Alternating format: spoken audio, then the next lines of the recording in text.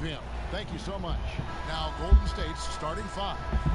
Nurkic is out there with Paul Millsap. Then there's Karis LeVert. And there's Klay Thompson. And it's Walker in at the point guard. And for Phoenix, Saric and Ayton at the 4 and the 5. Then it's Ricky Rubio. Then it's Chris Middleton. And it's DiVincenzo in at the shooting guard position. Opening day, Steve, for some teams it's a fresh start, and for others it's the first step towards settling unfinished business, taking care of what they didn't do the previous season. Yeah, you're right, Kevin. I think those teams that came very close to maybe winning the championship or being there, those are the guys that are hungry. Those are the organization. They are chomping at the bit to start the season. Here's DiVincenzo. Kemba Walker making his last shot. Here's Rubio. The shot misses. Good work defensively by Millsap. And so it's Walker with it, who brings it up for the Golden State Warriors. Here's Thompson. LeVert in the corner. No good with the triple. And I thought that was going to drop. It looked good from here. And Ayton the bucket on the assist by Saric. And padding that field goal percentage. Just hard to stop Ayton when he gets the ball that deep. Walker against Saric. Here's Nurkic. Good for the basket. Starting off 1 for 1 with that shot. Just setting the tone with an aggressive move to the rack. And where's the help defensively? No excuse. You have to be aware. He should be on your radar all the time. Now here's Middleton to the middle. Here's Saric. And foul on the shot. He'll shoot 2 at the free throw line. Paul Millsap picks one up. And the toughness Saric provides is an important component. A physical, strong forward who does whatever is asked of him. Phoenix shooting their first free throws of this. Yeah, a year ago, though, Kevin, 78% conversion rate from the free throw line. So that's a nice all-around effort. Shooting 2.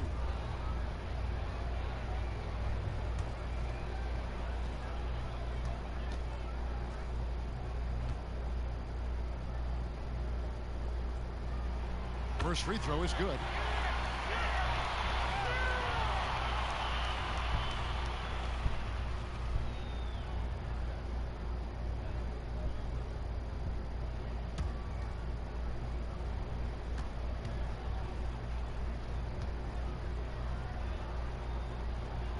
Saric nails them both. Because he knows he makes a living at the line. He invites contact and sometimes even initiates it. Thompson outside. And the pass to Millsap. Shoots over Rubio. And the Warriors tack on 2 more. Defensively, all eyes on Klay. Great scorer, but also able to beat you with the pass. Saric against Millsap. And Saric kicks to Middleton. Pass to DiVincenzo. 4 on the shot clock.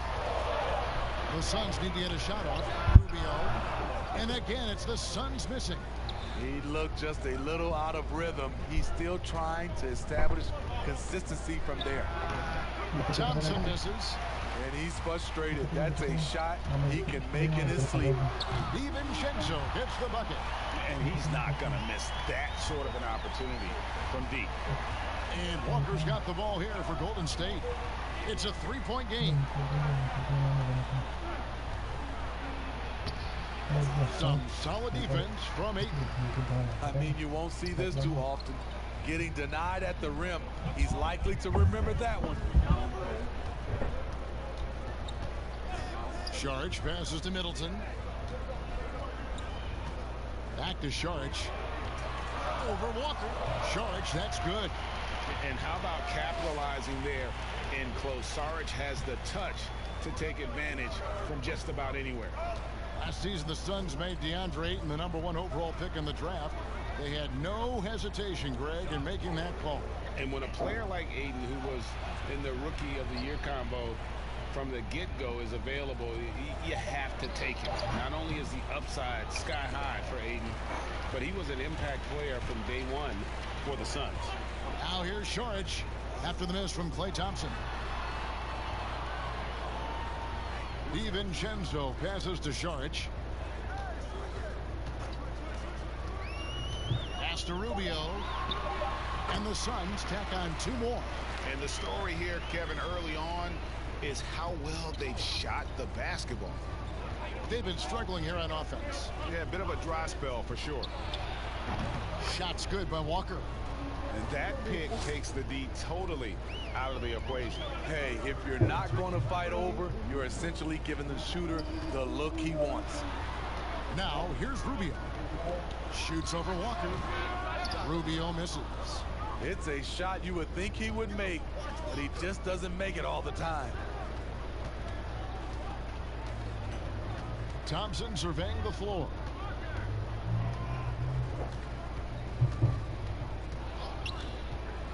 We have a step back, and he nails the jumper.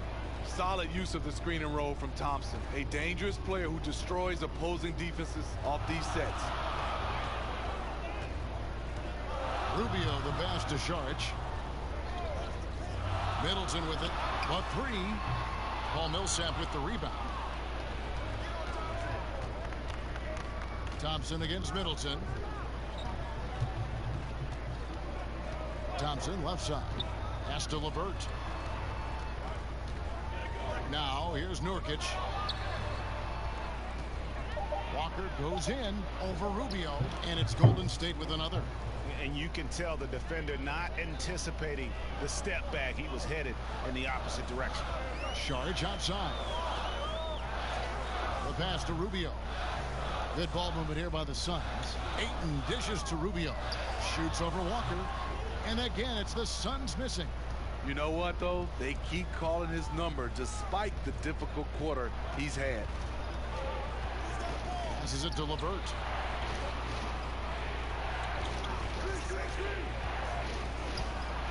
They get the rebound. 2 free throws coming up, and they call the shooting foul.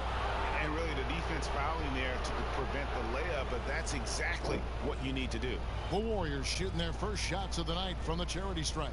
And as a team, excellent. A season ago, about 80% when they got to the line.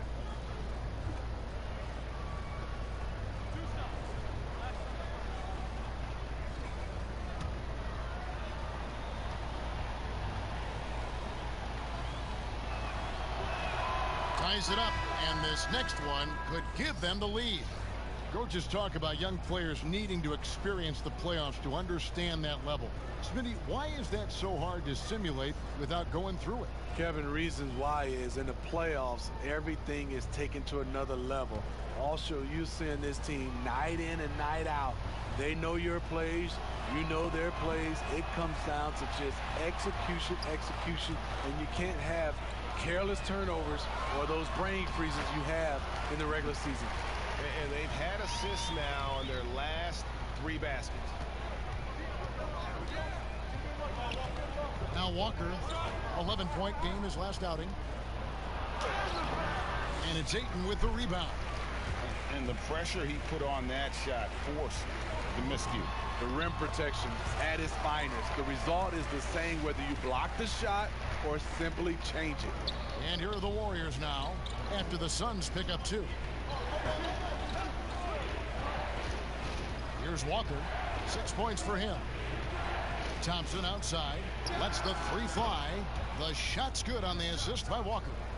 Thompson's got 5. That buttery jumper reigning true. Clay's confidence from range, unbelievable.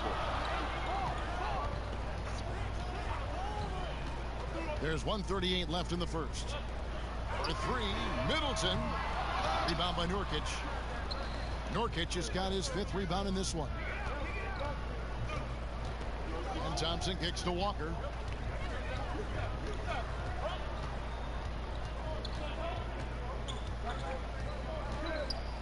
With the teardrop, that's good, and it's his 4th basket of the game. He's a strong 4 for 6. He's given a great lift to this offense tonight. Very, very efficient. Pass to Baines. Here's DiVincenzo. He's covered by Thompson. Rubio misses. On offense, here are the Warriors. They're on a 12-4 run. The 15-footer. Here's Nurkic. And it's Ayton with the rebound. I'm not sure what happened on that play. May have relaxed a little bit, once he got to the rim. Middleton the pass to Ayton. And Baines kicks to Rubio. Gets the 14-footer to fall. 6 points for him. Even though Rubio's worked on the 3-ball, this is probably his more natural range. Rubio against Walker.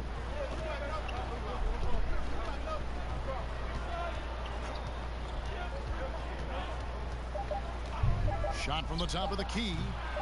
No good on the shot. At the end of one, a closely contested game so far. Suns lead by 1. 2K Sports back to Phoenix after this.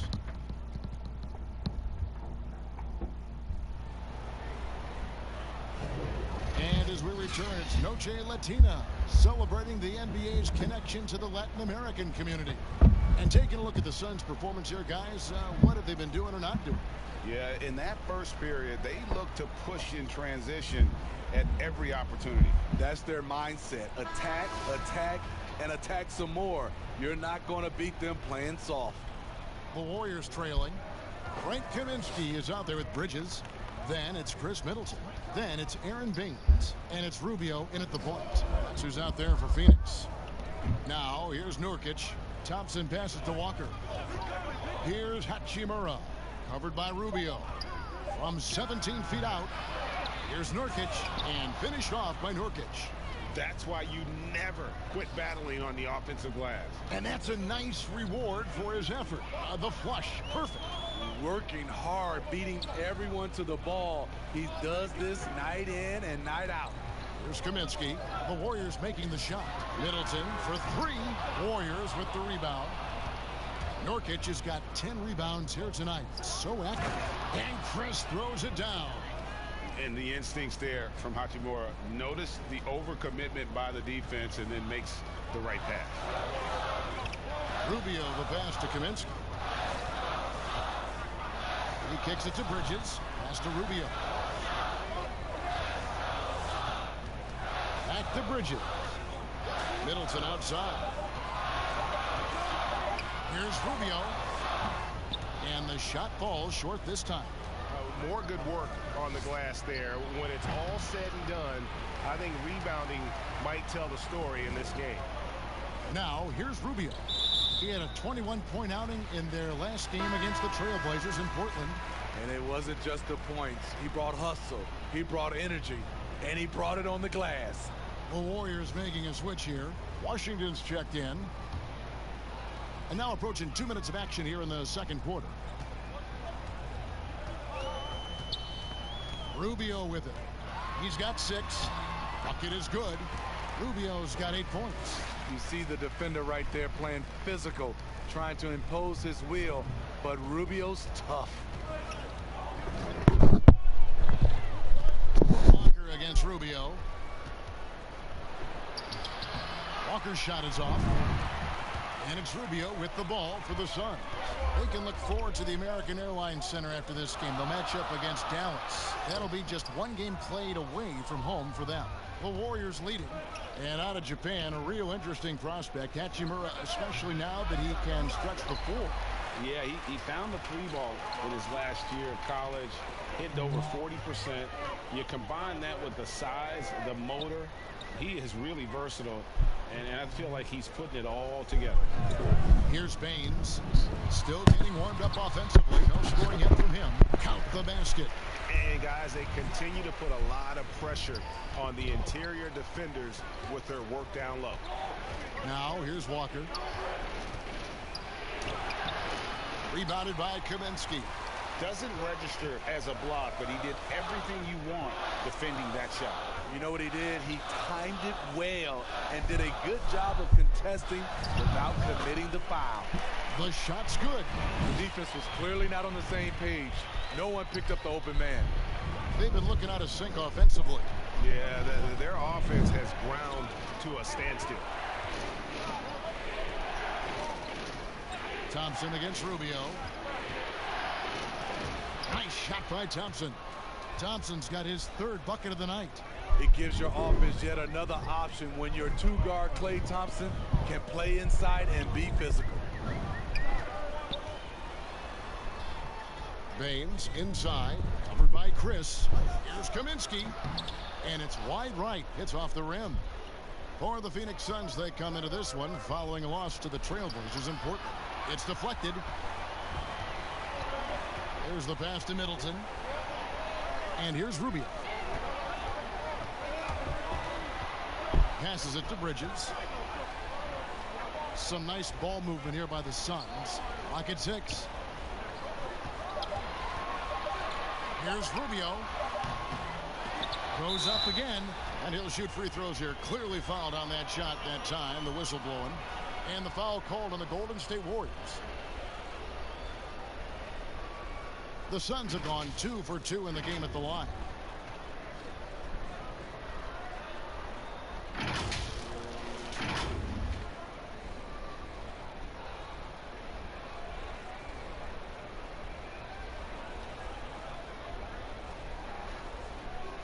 Shooting 2.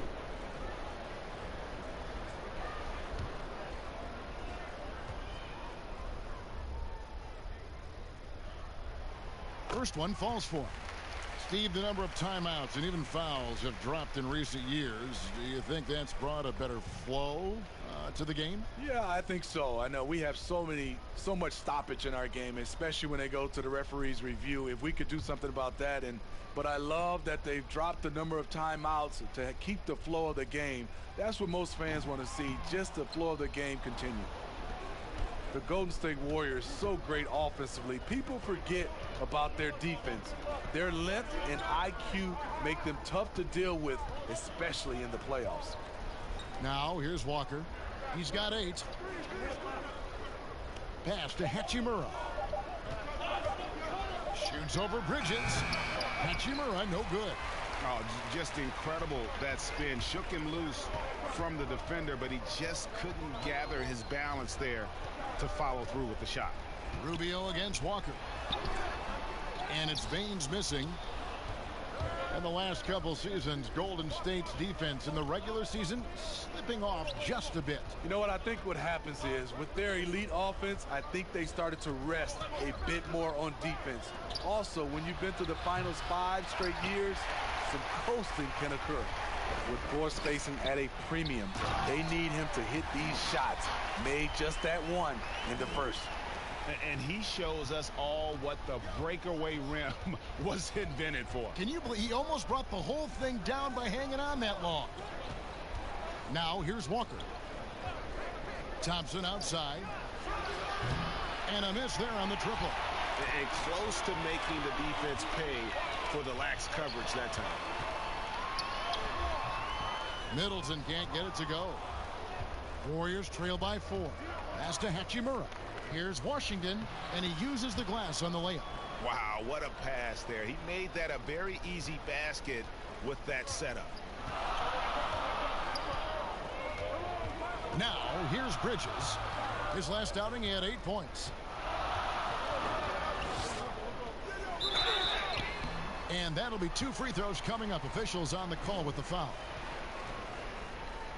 The Suns shooting their 5th and 6th free throws of the game. And that one falls for Bridges. So for the Suns, Andre Ayton's checked in for Aaron Baines. Sharch comes in for Frank Kaminsky. And it's Dante DiVincenzo in for Chris Middleton. LeVert's checked in for the Warriors. Now here's Thompson. He has 7. And here's Walker. And now the Suns a fast break. Rubio leading the charge.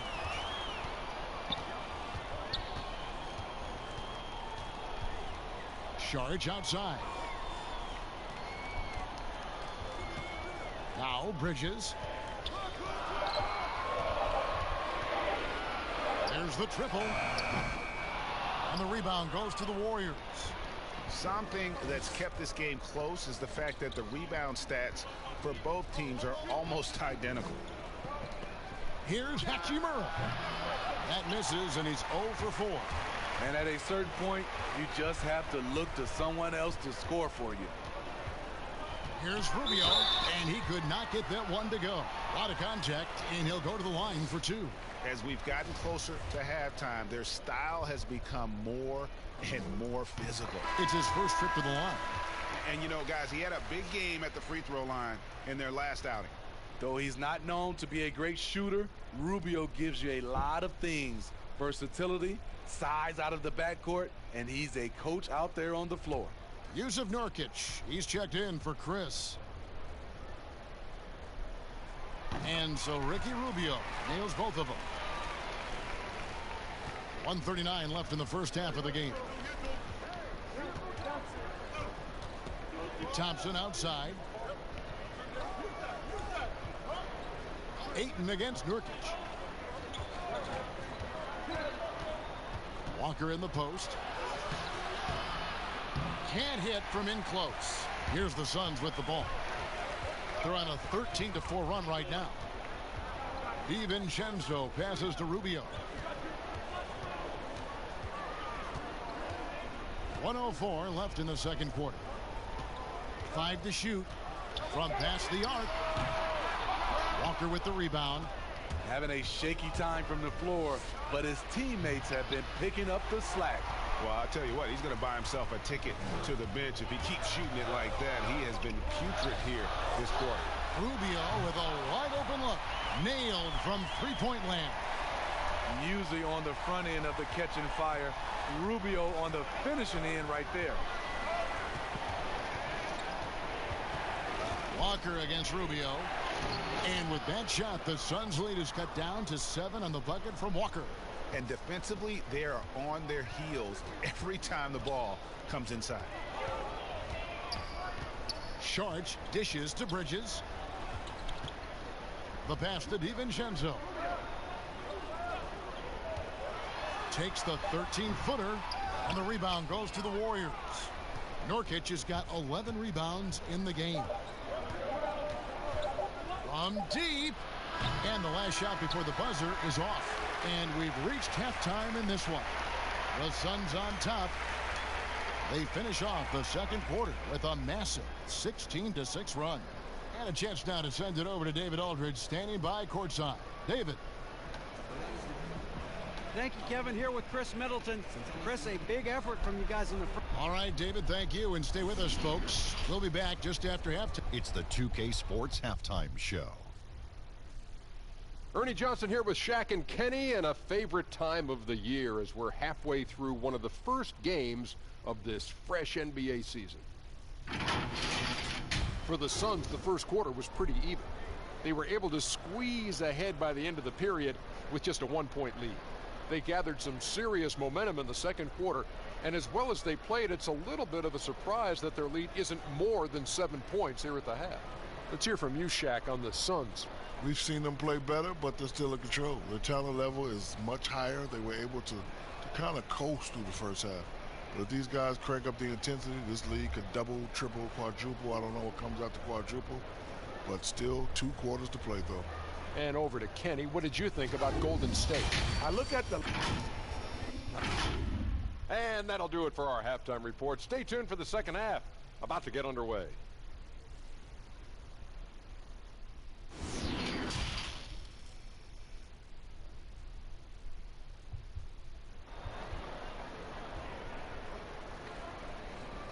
And we hope you've enjoyed the broadcast so far. We're halfway through the game.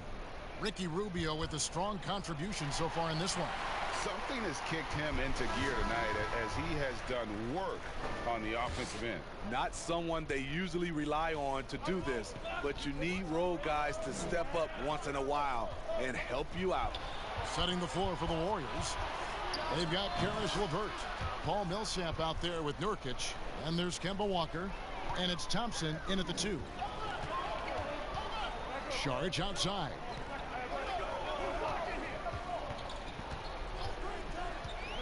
Back to Rubio. Here's Ayton. That one wide left. Not sure if that's the shot you were looking for, but it's a fairly clean look. Almost have to take it. Rubio finds Sharge. Back to Rubio. Pass to Ayton.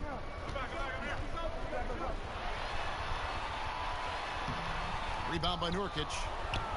Nurkic has got rebound number 12 here already in the game. Rubio against Walker. Shoots over Rubio. They get it back. They shoot again. And the shot is good. The Phoenix lead has been cut down now to just 3 on the bucket from Nurkic. And such a polished player near the basket. Nurkic feels comfortable taking those in-close shots. Saric outside. Kicks to Middleton. From the arc. Good on the three-point shot. Middleton's got 5 points so far. Some guys just understand how to generate points. He's one of them. Walker the pass to Nurkic.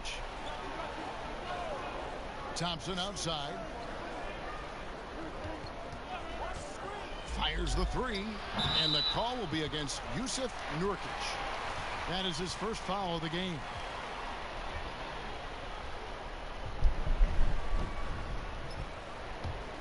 Suns leading by 6. And you see Clay back out on the court. Can't help but think of him going down with that torn ACL in the finals. And Clay showed exactly how tough a player he is. Stayed in to hit his free throws, asked to stay in the game, and became an instant legend even in that losing effort. How about the heart? Just under 2.5 minutes into the third quarter now. Outside, Walker. Thompson outside. Nurkic kicks to LeVert. Here's Walker. And no good. And Phoenix will come the other way. Here's Ruby. Made that one as his 7th of the contest. 7 for 15 from the floor. Under heavy fire, Rubio keeps his cool, finds a way to score. And it's Walker with the ball, bringing it up for the Warriors. Trailing by 10. Pass to Thompson. Here's LeVert to end the run. Sinks the triple. LeVert's got himself going with the triple, his first basket of the game. How can you leave this guy that wide open? Please. That's terrible. Back to Rubio. Nurkic with the block. LeVert with it. He kicks it to Walker. Pass to Thompson. The dish to Nurkic. And it's Ayton with the rebound. Ayton's got 5 rebounds tonight. Now let's go to the sideline and catch up with our Hall of Famer, David Aldridge. Well, Kevin, over the last few years, there's been a lot of talk about seeding playoff teams 1 through 16, regardless of conference. Now, taking the top 16 teams is a tough sell, especially for owners whose teams are in the relatively weaker Eastern Conference. But taking 8 teams from each conference and then cross-seeding earlier than the finals is something that does seem possible down the road. The reward for fans might be a finals matchup with the 2 best teams in the league. Kevin? Interesting ideas. David, thank you.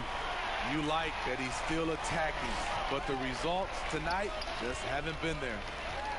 Middleton dishes to Rubio. There's the pass to Saric. Suns moving the ball around. Rubio outside. 5 on the clock. Pulls up from the corner. Offensive rebound. Ayton. A towering presence on the offensive glass. Ayton uses his height well to keep possessions alive. And Walker kicks to Nurkic. Back to Walker. Pulls up. But they'll get another chance. Hits. Count that one from Nurkic. Effort play, pursuing the basketball. Love how he puts in the work. To the left side wing. Now here's Ayton. Passes it to DiVincenzo. From outside, off the mark. You know what, though? Sometimes you can be too open. I think it may have surprised him, and that's why he missed. Chalk up 2 there. And now just a 5-point Phoenix lead. Look at the space he had on that one, though. There's an obvious speed mismatch between the two. Out of town, the 2018 draft, Smitty. Who do you think has the highest ceiling of that group? Kevin, I love that question because it's not who's the best player who has the best talent. It's the ceiling. I think Jaren Jackson Jr., Marvin Bagley, those guys have so much room to grow. The Doncic and the Trae Young, those guys are fantastic. They have room to grow, but I think those two have a lot of room to grow, and they're already good. That free throw missing. And you see the raw talent Aiden has, an intimidating big man with a high ceiling and a desire to grow. Here's what Phoenix has got going on right now. Aaron Baines, he's checked in for Saric, and it's Johnson in for Ricky Rubio. And he sinks the second. Warriors trail by 6. And here's Walker. 12 points for him. Here's Hachimura. Shot clock at 6. Again, the miss by Walker. He's lost it in this quarter, no doubt about it. Nothing seems to be going for him. Now here's Middleton. He's covered closely. That shot, no good.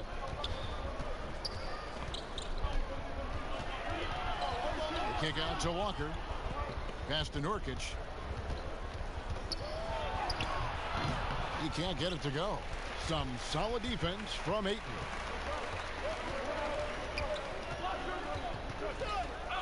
From the line, he clangs that one off the back iron, and down it falls. DiVincenzo's got 9. Walker the pass to Nurkic. Back to Walker. Outside Millsap. Pass to Thibault. And he drops in the layup off the glass. They didn't have much of a problem getting the ball into the post that time. DiVincenzo passes to Baines. Now here's Johnson. He's guarded closely.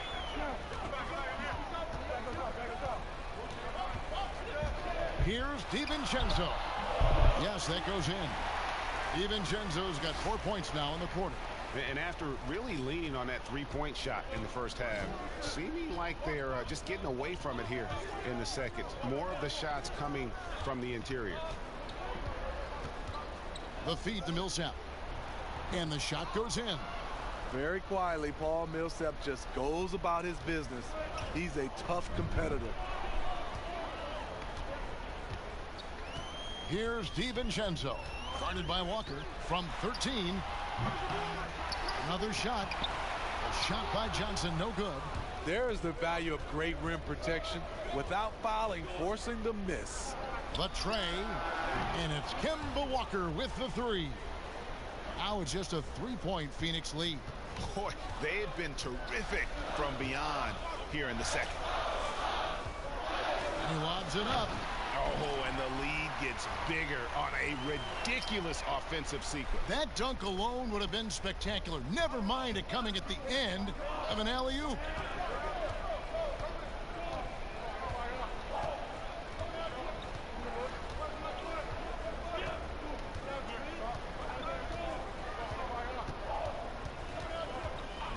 The pass to Nurkic. The shot, no good. And we've watched 3 so far in this one. Phoenix ahead. They're up by 5. 2K Sports back to Phoenix after this.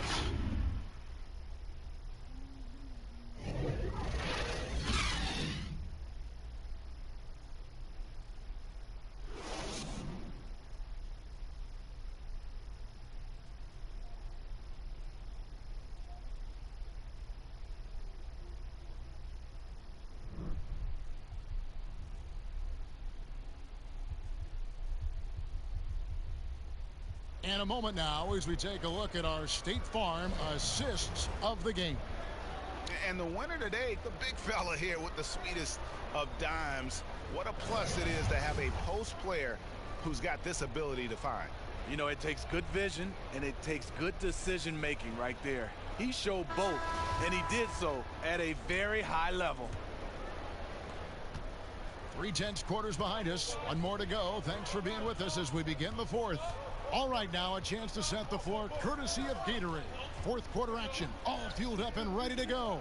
Setting the floor for the Suns. Johnson is out there with Kaminsky. Then it's Aaron Baines. Then it's Chris Middleton. And it's DiVincenzo in at the point guard position. I'm not sure who was supposed to be on him that possession. I mean, apparently neither did the defenders. Passes to Hachimura.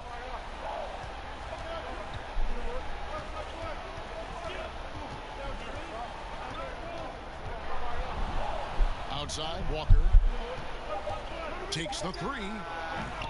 They get it back. And the shot is good. The Phoenix lead has been cut down now to just 5 on the bucket from Washington. And the D getting outworked there on the putback. Can't let that happen. For some reason, blocking out has become a lost art, and that's the result you'll get. The shot by Middleton, wide open. Good, and it's Johnson with the assist that time. And it's 8 points for Chris Middleton. Thibault, the pass to Chris. Walker taking his time here. And he makes good on the layup. And that's an example of playing big, adapting to the situation. And I'm going to give him a lot of credit because he saw what he was up against and he was undeterred. Pass to Kaminsky. Now Johnson. Pass to DiVincenzo.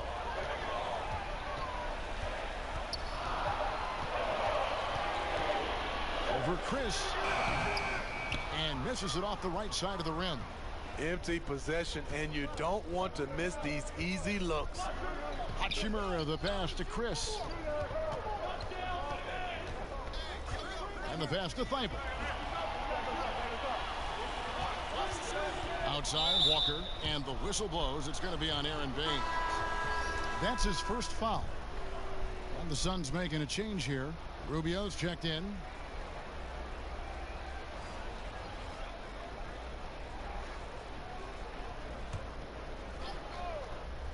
Here's Walker. Puts it up off the inbound. He lays it in. Walker's got 9 points here in the second half. Now that's a high percentage look when the D doesn't fight over the screen. Reason why it takes extra energy to do it. You have to trust your defensive rotations, but it's worth it. It's going to be out of bounds. The Suns will retain possession.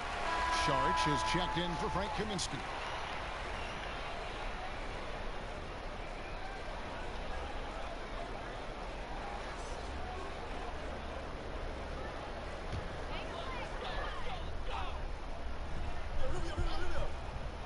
For those just joining us, fourth quarter here. We're just over 2.5 minutes into it. Now this is more like it. 9 points for him from three-point range this half. That's 9 more than he had in the first. Thompson outside.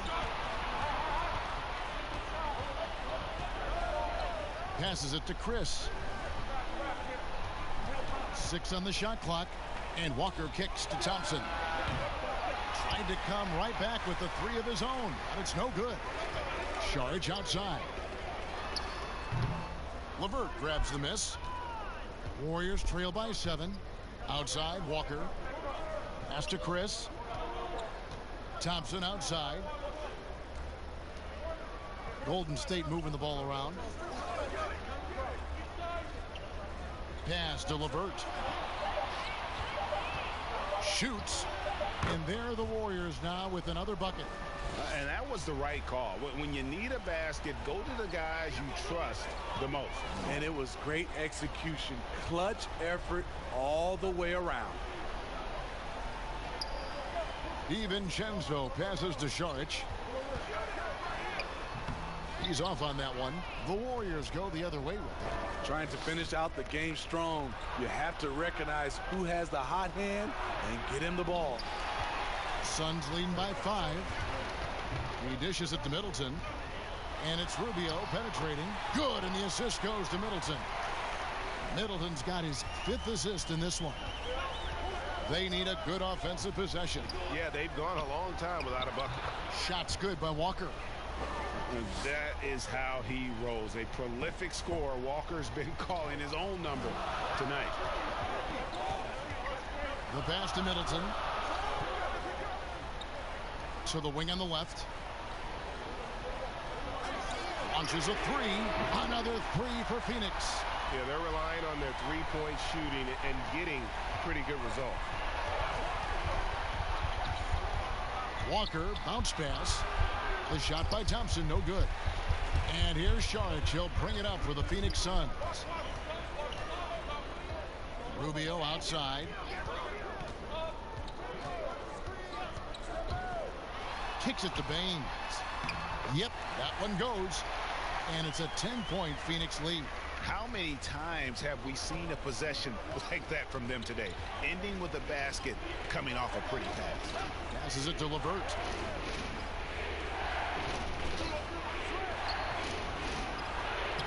Lays it up off the glass. LeVert's got 4 points in the quarter.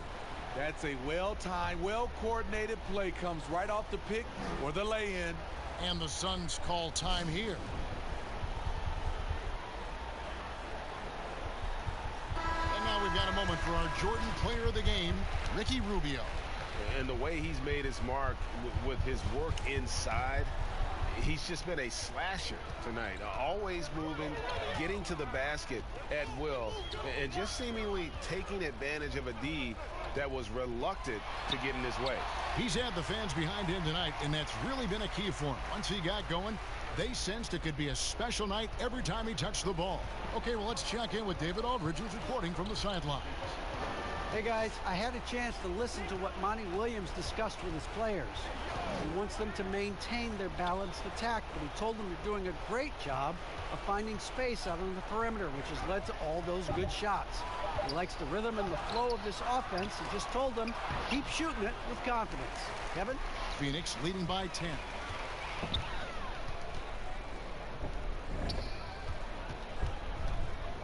And Saric kicks to Middleton.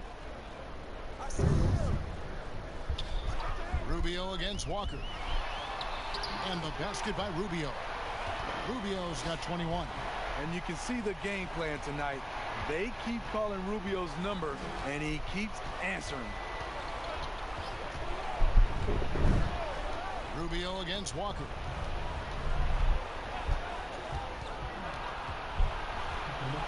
Plays it up and banks it in. He's got 23. He's doing what he can do to pull them closer, but it's not enough. He needs more help. Pass to Middleton. And there's a minute 45 left in the fourth. And he comes up with the deuce. Oh, such a field shot there, the floater. And it's stolen by Ricky Rubio. Good D by Thompson. Great defensive effort. Just save a basket. You know what? This is why you never give up on a play. You don't know what's going to happen. An extremely efficient and productive game for him. But again, he's not going to be able to do it all by himself. And Rubio kicks to Middleton. Ayton up top. 2 free throws coming up, and they call the shooting foul. It's going to be on Yusuf Nurkic. And at 7'1" and 250 pounds, Ayton is a handful. Not easy trying to guard him without foul. And he knocks down the first one. Ayton hits them both. Warriors trail by 12. And clearly, we will not be witnessing a spirited comeback tonight, albeit as exciting as that would be. This was an excellent all-around performance for the Suns. Great, generous ball movement tonight. A thing of beauty. Yeah, a remarkable team effort. They got everyone involved. And it'll go down as their first official win of the new year. Hey, you know, guys, what a nice performance it was for Ricky Rubio. You look at the energy he brought on both ends of the floor, and it's easy to see why he was a difference maker. Here's LeVert. And foul on the shot, so he'll get a chance at the line.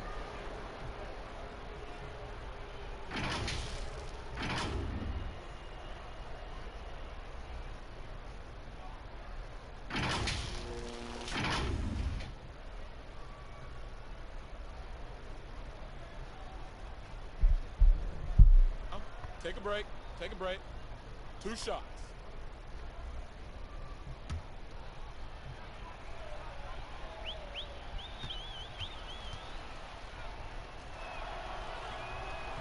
He drops the first one, and that brings them within single digits. And the Suns with a completely new group on the floor.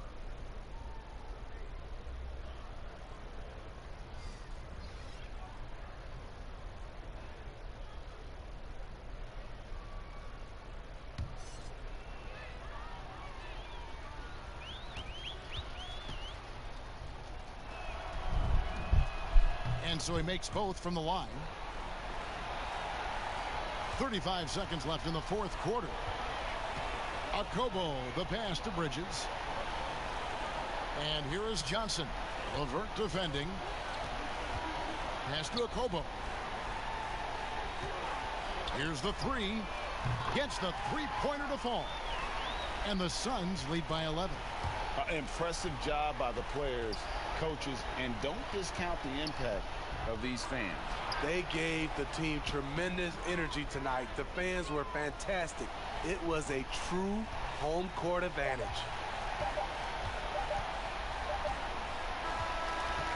So the Suns win it. Some good moments throughout this one, but they have the clear advantage down the stretch. Yeah, I mean, I love the way they executed on both ends of the floor completely.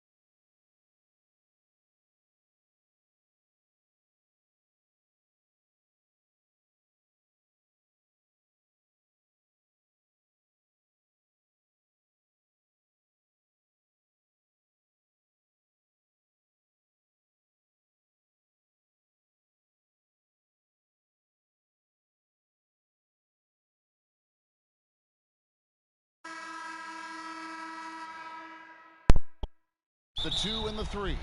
Howard is out there with Anthony Davis, and it's Ball in at the point guard position. And for the Timberwolves, we've got D'Angelo Russell. Julius Randle is out there with Mitchell Robinson. Then it's Malik Beasley, and it's Okogie in at the small forward position. And Doris last season, rookie Josh Okogie ended up contributing more than the franchise thought he would. Yeah, he was terrific as a 3-and-D player for the Wolves. This guy could end up being the steal of the draft, sort of in that Robert Covington mold. Ball against Russell. Howard in the post. And there's the whistle. 3-second violation.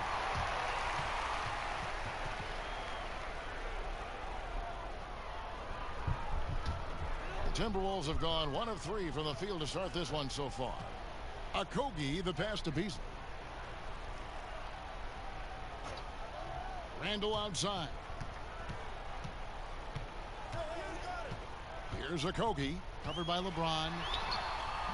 James with some nice D. And the activity he shows around the rim is why he is such a respected defender. And what you love about his work defensively, the ability to challenge and change shots without fouling. Here is Russell, following the basket by Anthony Davis.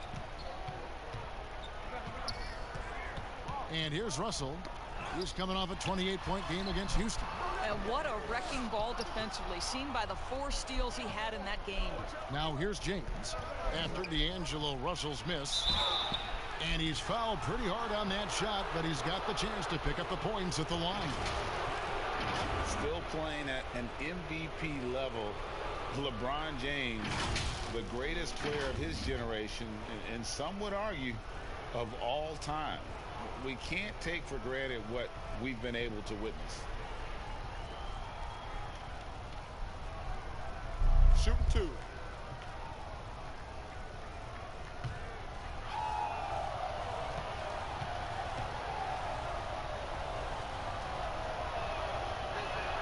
And he makes the first. And now in his mid-30s, LeBron showing no sign of slowing down. Man, his dedication to training and really maintaining his body, second to none. Alongside his prodigious athleticism, it seems that's made a huge difference.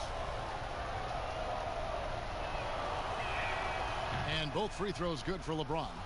I think what amazes me about LeBron James is that he never stops pushing. This guy is pursuing greatness. Now here's Beasley. Not a good performance from him in that loss to Houston. Russell from long range. The Lakers with the rebound. James in the post. Laid in with a nice touch off the glass. And LeBron makes that insane dribble move look so effortless. What a showman he is. Okogie, the pass to Russell. Solid play in the low block, and that one's good. Just setting the tone with an aggressive move to the rack. And where's the help defensively? To me, Greg, that's a complete lack of communication on that side of the ball. These guys need to be talking to each other. Ball with a wide open look. Off target from 3-point range. Here's Okogie. Green with the block. I'll tell you, for a 2-guard, Danny Green gets a ton of blocks. Great use of his length. Ball, the pass to LeBron. Knocked loose. 4-on-3 break. Here's Russell. Softly drops in the floater. Yeah, what a nice play. Just a coaster by himself off of that steal. Pass to Howard.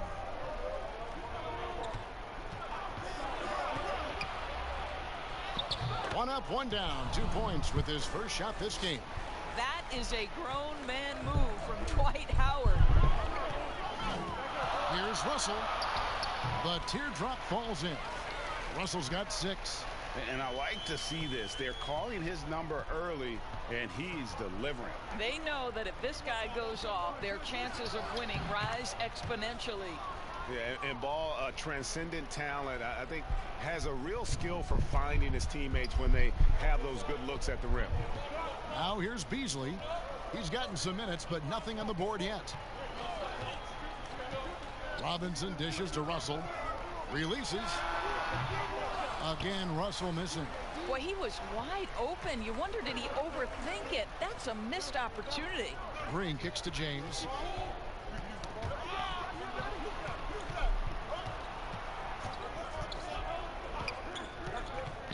Loads it up for Davis. Throws down the alley-oop slam.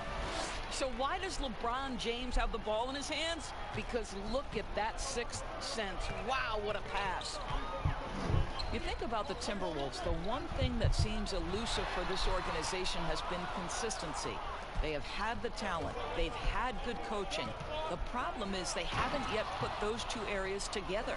Just so fast. I mean, it's like trying to stop a train when he's coming in for the slam. Russell passes to Randall.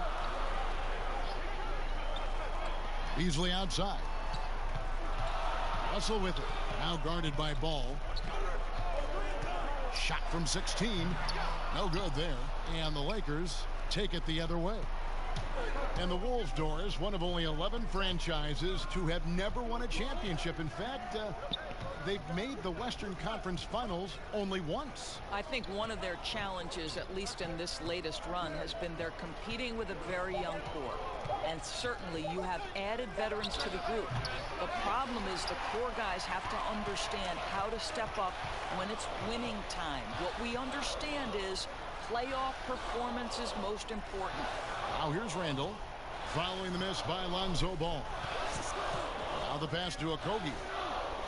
Just 5 on the clock. Over LeBron. The Timberwolves again can't hit. And already they've staked out a noticeable advantage in terms of aggression and controlling the backcourt. Ball, the pass to LeBron. Back to Ball. Fires from deep. The offensive rebound. Nice work on the boards. Paying off with the basket. Howard's got his second bucket tonight. And not hard to see why they are giving up points on this run. Just too many good looks from in close. So the Timberwolves call their first timeout. You know, even as Dwight Howard heads for his mid-30s, I believe he can still impact the game. This guy is a physical specimen. He can be a tremendous force as a shot blocker and a rebounder. And the Timberwolves making a change here. Robertson, he's checked in. Now that we have a chance, let's go to the 2K leaderboard and reveal last season's top shot blockers. You look at Robinson, second in the NBA, a great defender. And shot blocking is the element of the game that I think he cares about the most. That's where he puts in that effort and energy. Here's Okogie, still looking for his first bucket in this one. And it's sent back by Howard. Dwight Howard at his best, sending it back. And he's been way off the mark this quarter. It's been ugly. And surely Howard not as explosive as he once was. But as you said, Doris, the presence is still there. No doubt, Kevin. And this team doesn't need Dwight to put up 20 points. That's not what he's here for. They need rim protection, and they need him to rebound at a high level.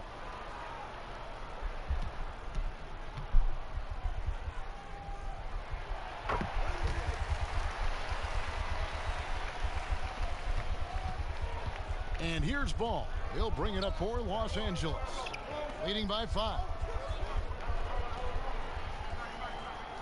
James looking around. And they double up James. Davis has the open look. Good on the triple. Davis has got 7 points in the game. Oh, this is the kind of start they were hoping for. Here's Okogie, covered by LeBron. Teardrop shot. And this is what we've been waiting for all summer long, all off season long. After many months, Doris, basketball is finally back. And what's incredible, Kevin, is the NBA's popularity just continues to grow. There's worldwide enthusiasm. The NBA players represent the league so well, and my goodness gracious, can they play some basketball? Interesting how now the league, Doris, is commanding the calendar all year round. It used to be such a seasonal game. Now it's 365 days a year. So many storylines throughout the course of the summer. Who's playing where and with whom? Now here's Davis. 26 points for him last game against Houston. And the other thing, guys, he really got after it on the backboards. What a complete game for this guy. They've been sensational on the backboard to start this game. Randall, and Davis sends it back. He's got that huge wingspan, and boy, does he use it well on the defensive end. If Davis is within shouting distance of the shooter, there's a good chance he'll get a hand on it.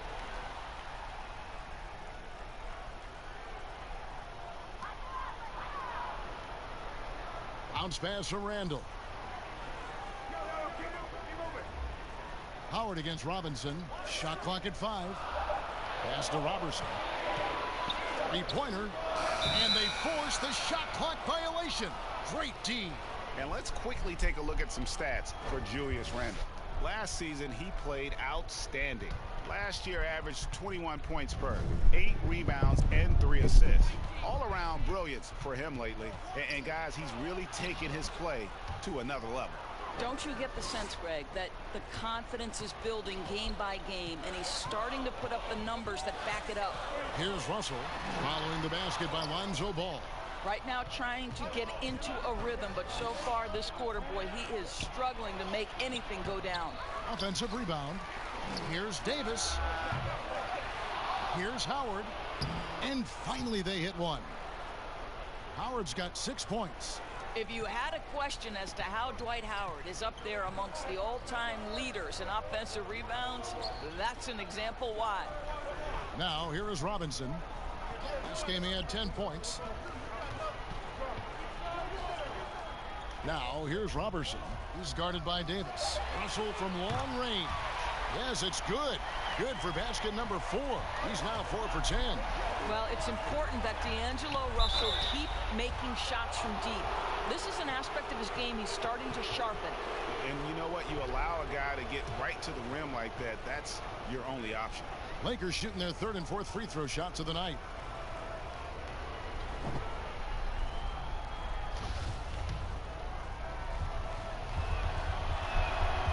Free throw good, LeBron. And the Lakers making a change here. Both shots good from the stripe.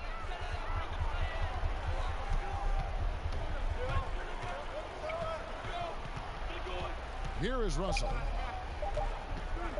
From deep three-point range.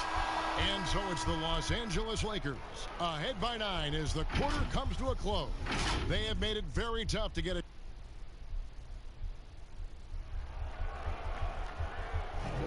And so far through one quarter, it's been a lopsided game. We'll see if that changes here in the second. And taking a look at Los Angeles' performance here, what have they been doing or not doing? You got to credit their defense, communicating, rotating, making plays on the ball. Yeah, I think they wanted to come out of the gate strong, and they have. They've taken the early lead here. And now, brought to you by Gatorade, all fueled up and ready to go. Let's reset our lineups. So on the floor for Minnesota, we've got Mitchell Robinson. Russell is out there with Robertson. And it's Okogie in at the small forward. James outside. And the call on the shot that sends him to the line. And the bright lights of L.A. perhaps too much for some players. But you know what, Greg? Not for LeBron James. This guy thrives in the spotlight. The Lakers crafting a roster to satisfy his championship ambitions. Off the court, the City of Angels perfect for maximizing his business aspirations. Minnesota making a switch here. Trier's checked in on the sideline. Let's catch up with Hall of Famer David Aldridge. Well, Kevin, D'Angelo Russell was traded from the Lakers and, in his words, was kicked on the way out. He's become an all-star in Brooklyn. Russell said, "It's a heck of an accomplishment. That respect from your peers, your coaches, other teams, it's a great feeling." And Kevin, given how it started for him in L.A., many remain shocked by Russell's rapid ascent. Coming into his own, you're right, David. Thank you. Well, an excellent penetrator who is always in attack mode. Go ahead, D'Angelo Russell. To the inside. Here's LeBron, and it's denied. Robertson finds Russell. Good on the shot. Russell's got 18 points. He has not missed a shot in this quarter. They've tried running different things at him, but he's been unstoppable.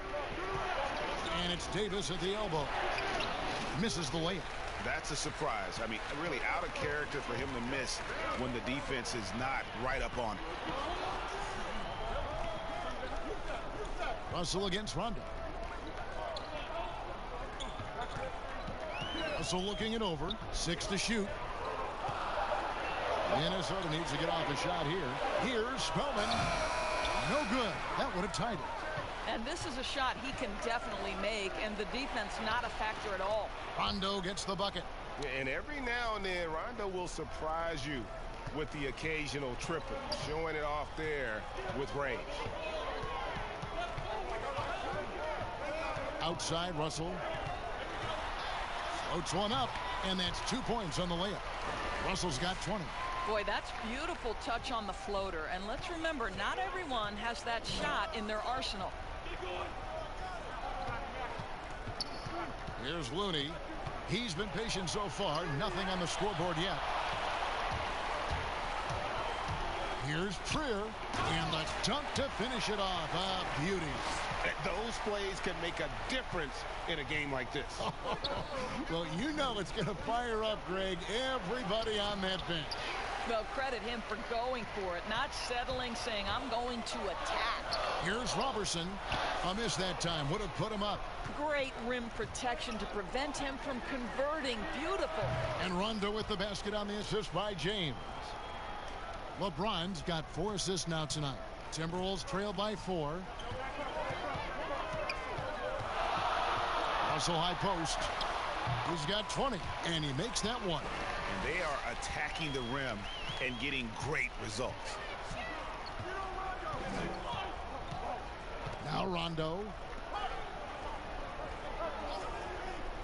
Left side, Davis. James outside. In the hoop for his 4th field goal. 4 for 7 shooting and looking for more. As much as LeBron loves to create, there are times when he simply has to do it himself. Too good to pass up that one.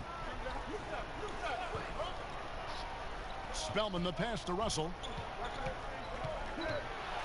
Now the feed to Robinson. And foul on the shot. He'll shoot 2 at the free throw line. And with the way Mitchell Robinson can protect the rim doors, there's a lot to like about that second-round pick. Yeah, on draft day, Mitchell Robinson flew under the radar, but he had a great summer league. He got tremendous minutes early as a rookie.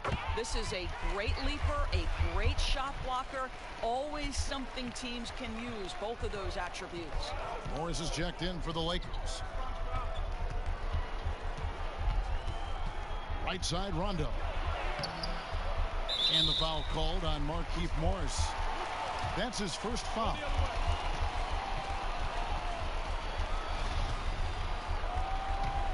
Timberwolves have gone 7 of 9 in their field goal attempts here in the second quarter. Pretty good offense.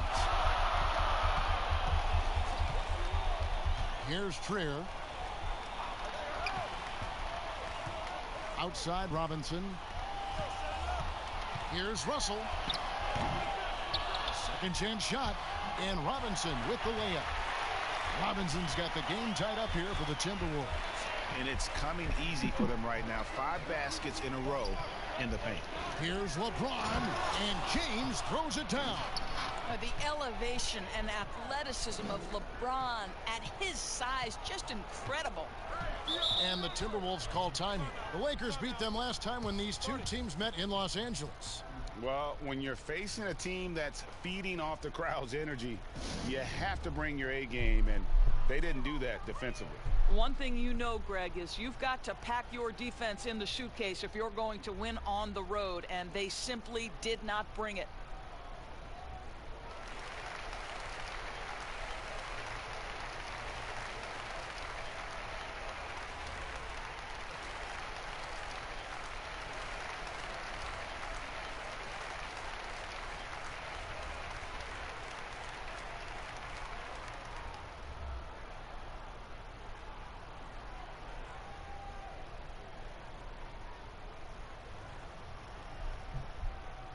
So both teams changing it up here.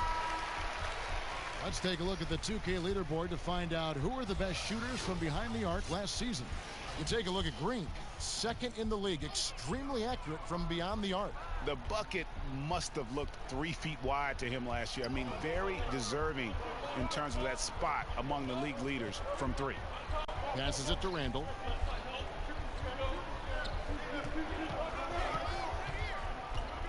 Over Morris. And the shot is long. And they haven't been able to turn it into a big lead, but their rebounding advantage is starting to add up. They get it back. Howard goes up again, and the basket is good, and he's got a chance here for one more at the line. Well, they're winning largely because of this guy's play. He has been sensational. Doris, what's the best combination of inside-outside basketball you see offensively now? Well, 2 guys really come to mind immediately for me. It's Joel Embiid and Anthony Davis, because both men can face up and knock down shots in a legitimate enough fashion that you've got to get out and contest those guys. But the other side of this is they can play in the post and be a legitimate back to the basket force who you've got to guard with more than one guy. I mean, how exciting, Kevin, are Joel and AD to watch play? They're thrilling. I would agree. Scooped up. Randall with some nice D. Timberwolves trail by 5. Beasley with it. He's picked up by James. Kicks it to Robertson. Pass to Randall. Over Morris. And it hung on the rim, but wouldn't fall for him. Here's James. That ball is good for another field goal. His 6th. He is 6 for 9 on the stat sheet. Boy, it seems like every shot he puts up, it's going in. This guy is hot, hot. And there's the pass to Randall. Shot to stop the run. Morris with the rebound. Wow, this defense is blanking him down the stretch, and that's certainly hurting his team's chances. Back to LeBron. Rondo looking around. Morris, no good. I'll tell you, everything went right in terms of execution. He just can't get it to go. Pass to Beasley. Nice ball movement by Minnesota. Down low. Here's Spellman, and it's sent back by Howard. And finished off by LeBron. Well, when LeBron James is starting to cook, his teammates understand, hey, perhaps the big guy, one of the greats of his generation, needs the basketball. Tries from 10. Randall no good. I'll tell you, they're trying to cut into this lead, but he has not hit one this period. On the wing, James. Falls right in. He is 8 for 11 with that shot. Well, we've seen that movie a few times, haven't we? An easy bucket in the paint. Some tough offensive sets. They want to turn it around. Yeah, right now you just need a bucket to get some momentum. And the Timberwolves call time here. You look at James, what a contribution. Boy, he's been relentless, and to this point they haven't had an answer for him on the inside. Let's see if they make some adjustments coming out of the timeout. Okogie's checked in for Minnesota, and the Lakers also making a switch. Ball's checked in, and the Timberwolves with possession here. 11-point game. Pass to Okogie. 52 seconds left to play here in the second quarter. Just 5 to shoot. Beasley for 3. The Lakers with the rebound. No matter what looks they get, they just can't convert to stop this run. And I think you can start to feel their frustration mounting. With every missed bucket, it becomes more and more desperate. Can they get it? And he gets the whistle. 2 free throws coming up.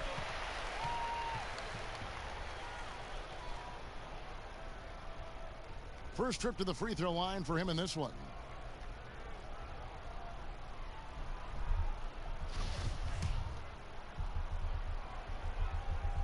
And the first one at the line is good. And guys, this is the way to stay in the game. They're doing a masterful job from the line. Perfect this quarter. You want to contest this guy's shot, but you absolutely don't want to send him to the line. He will make you pay. Ball with it.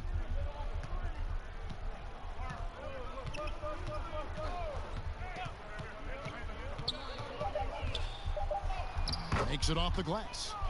Ball's got the lead up to 13 now for the Lakers. There's just a feel that Ball plays with that really separates him from so many. Thanks so much, David, and we'll step away briefly, but get you right back out here for the start of the third quarter. And now, the 2K Sports Halftime Show. LeBron James had it going on in the first quarter. He ended up with 24 points, 4 rebounds. Thanks for joining us, folks. We're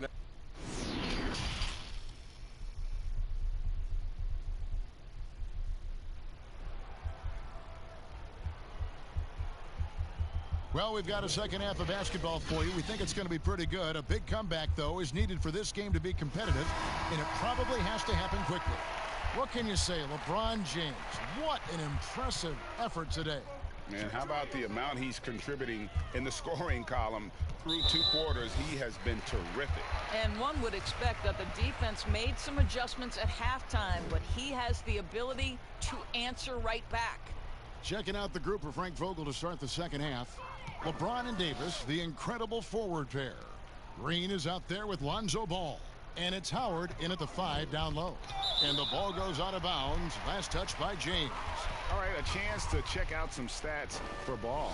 Last season's performance for him averaged about 10 points a game, 5 assists, and 5 rebounds. And he had to pay his dues that rookie campaign, earning his stripes. A lot of people think he could have a breakout year this season. Well, when you hear it from his coaches and his teammates, they've been singing his praises. So let's see if he can prove them right. Well, this is the first full year now for Ryan Saunders. Let's remember he was hired by Minnesota full-time after an interim stint last season. And boy, did the players love playing for him. LeBron, no luck. And so it's Randall bringing it up now for Minnesota. Trailing by 13.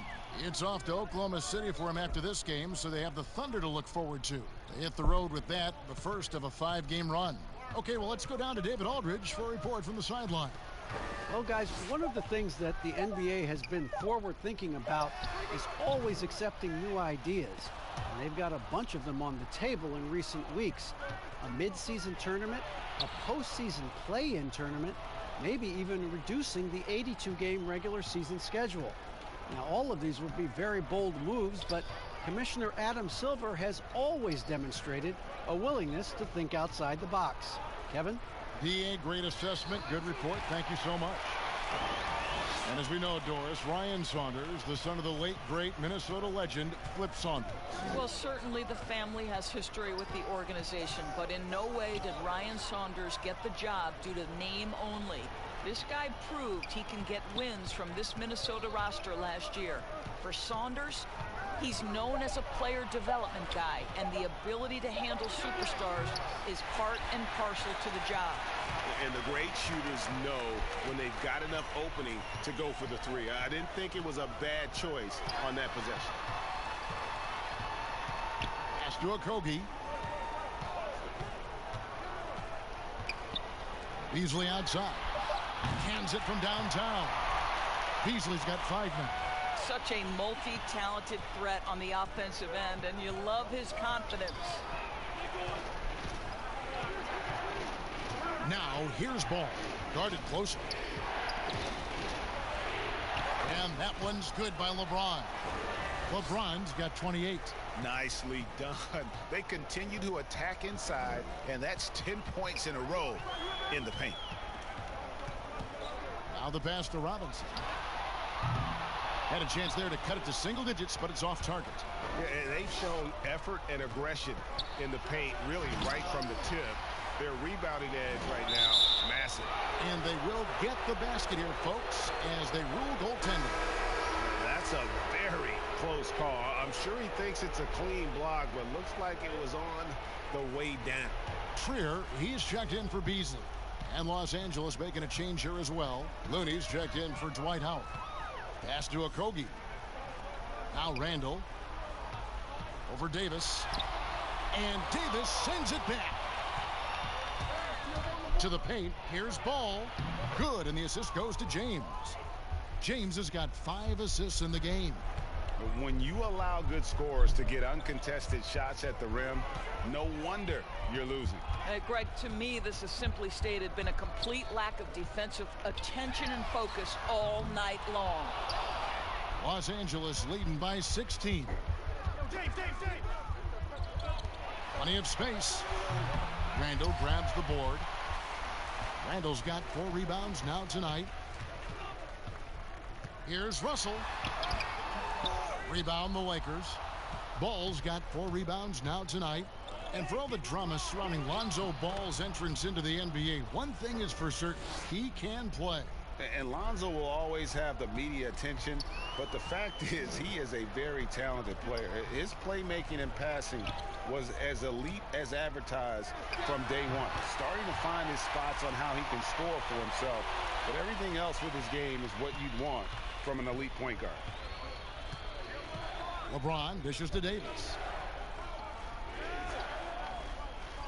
Back to James. To the middle.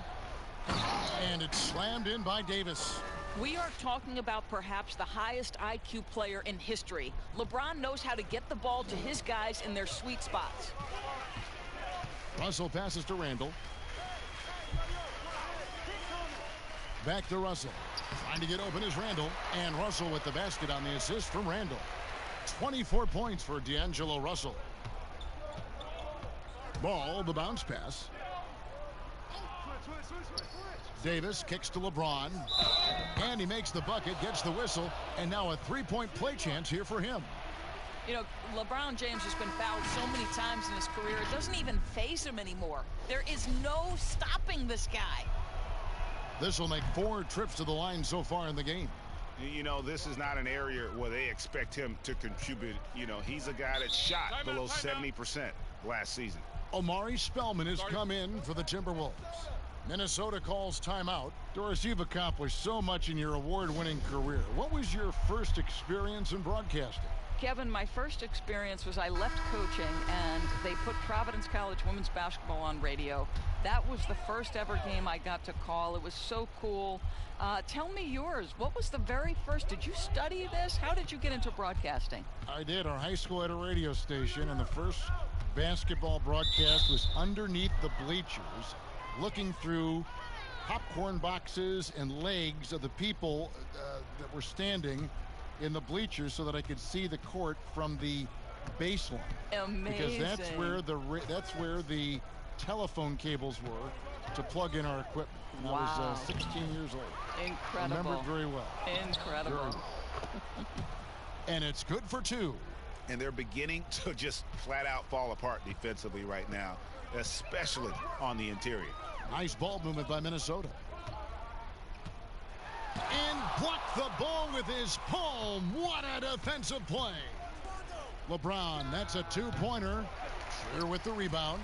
Timberwolves trail by 21.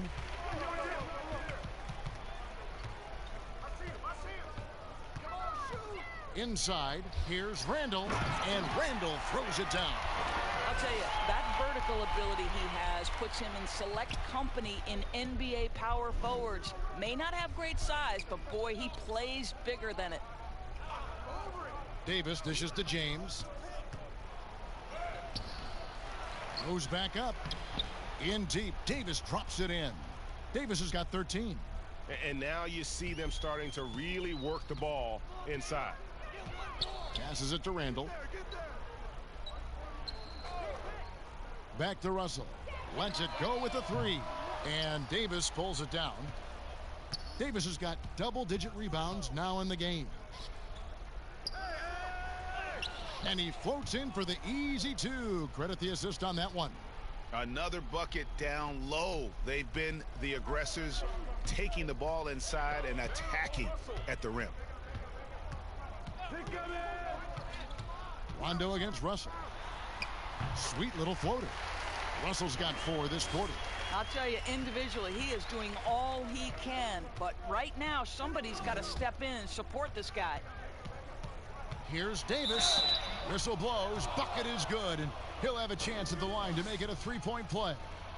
And that bucket adds to what has been a big difference in points in the paint between the two teams. And the trade for Anthony Davis a risk for the Lakers, but they feel, Greg, that both sides will find an extension this offseason. There is mutual interest from both sides. Lakers made the trade confident Davis would resign. A bit of a leap of faith, but the Lakers did everything they could to secure Davis long term.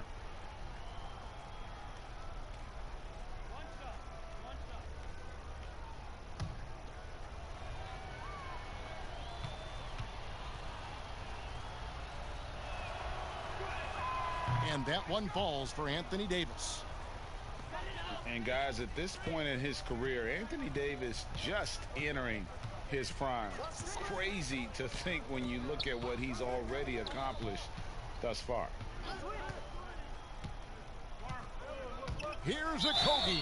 And contact on the shot, so he'll be shooting free throws here. It's on Rajon Rondo. The Timberwolves have made the most out of their opportunities at the line. They have yet to miss in 7 attempts.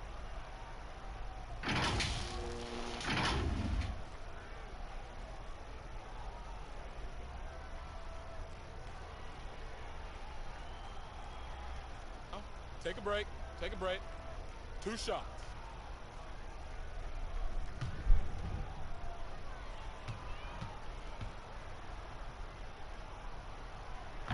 He's off on the first.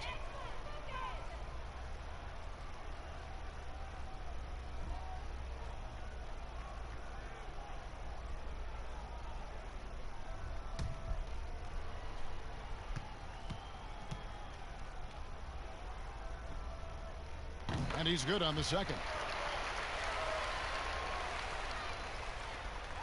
59 seconds left to play here in the third.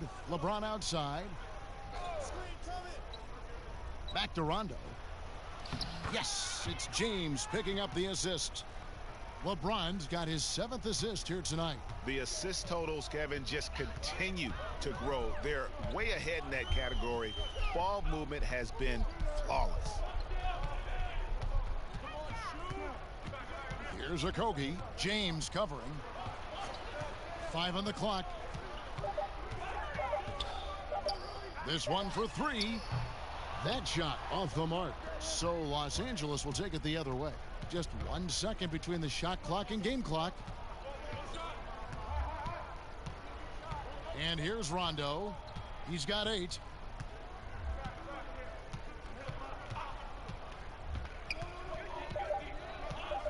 Puts up a 3.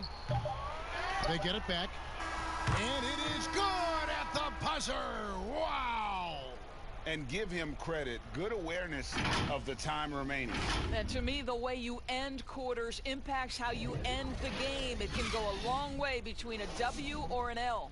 And so it's LeBron James making things happen for Los Angeles. He comes away with 11 points in the quarter and is showing no signs of fatigue. We've got more in store for you right after this.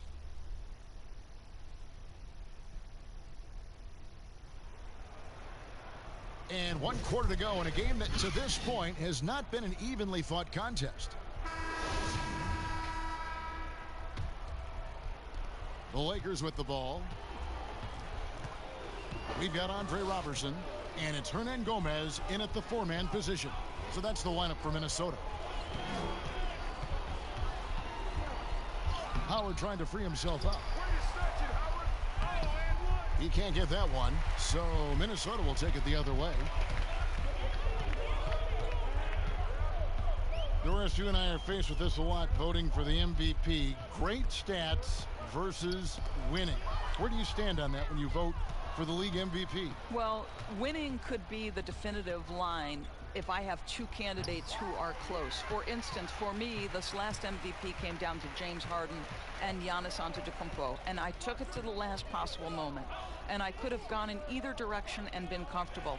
Ultimately, I went with Giannis, and the deciding factor came down to he led his team to the best record in the league. It was a difficult vote, but ultimately it's one category which helps tilt me in one direction or another. And I did too, and what also helped me was just the improvement defensively they had made, and I know Antetokounmpo was a very big part of it. No, it's a great point. He was a two-way force.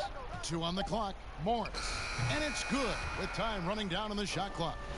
great shooting touch in face-up game opportunities for a power forward. Morris deadly from mid-range. The dish now to Evans.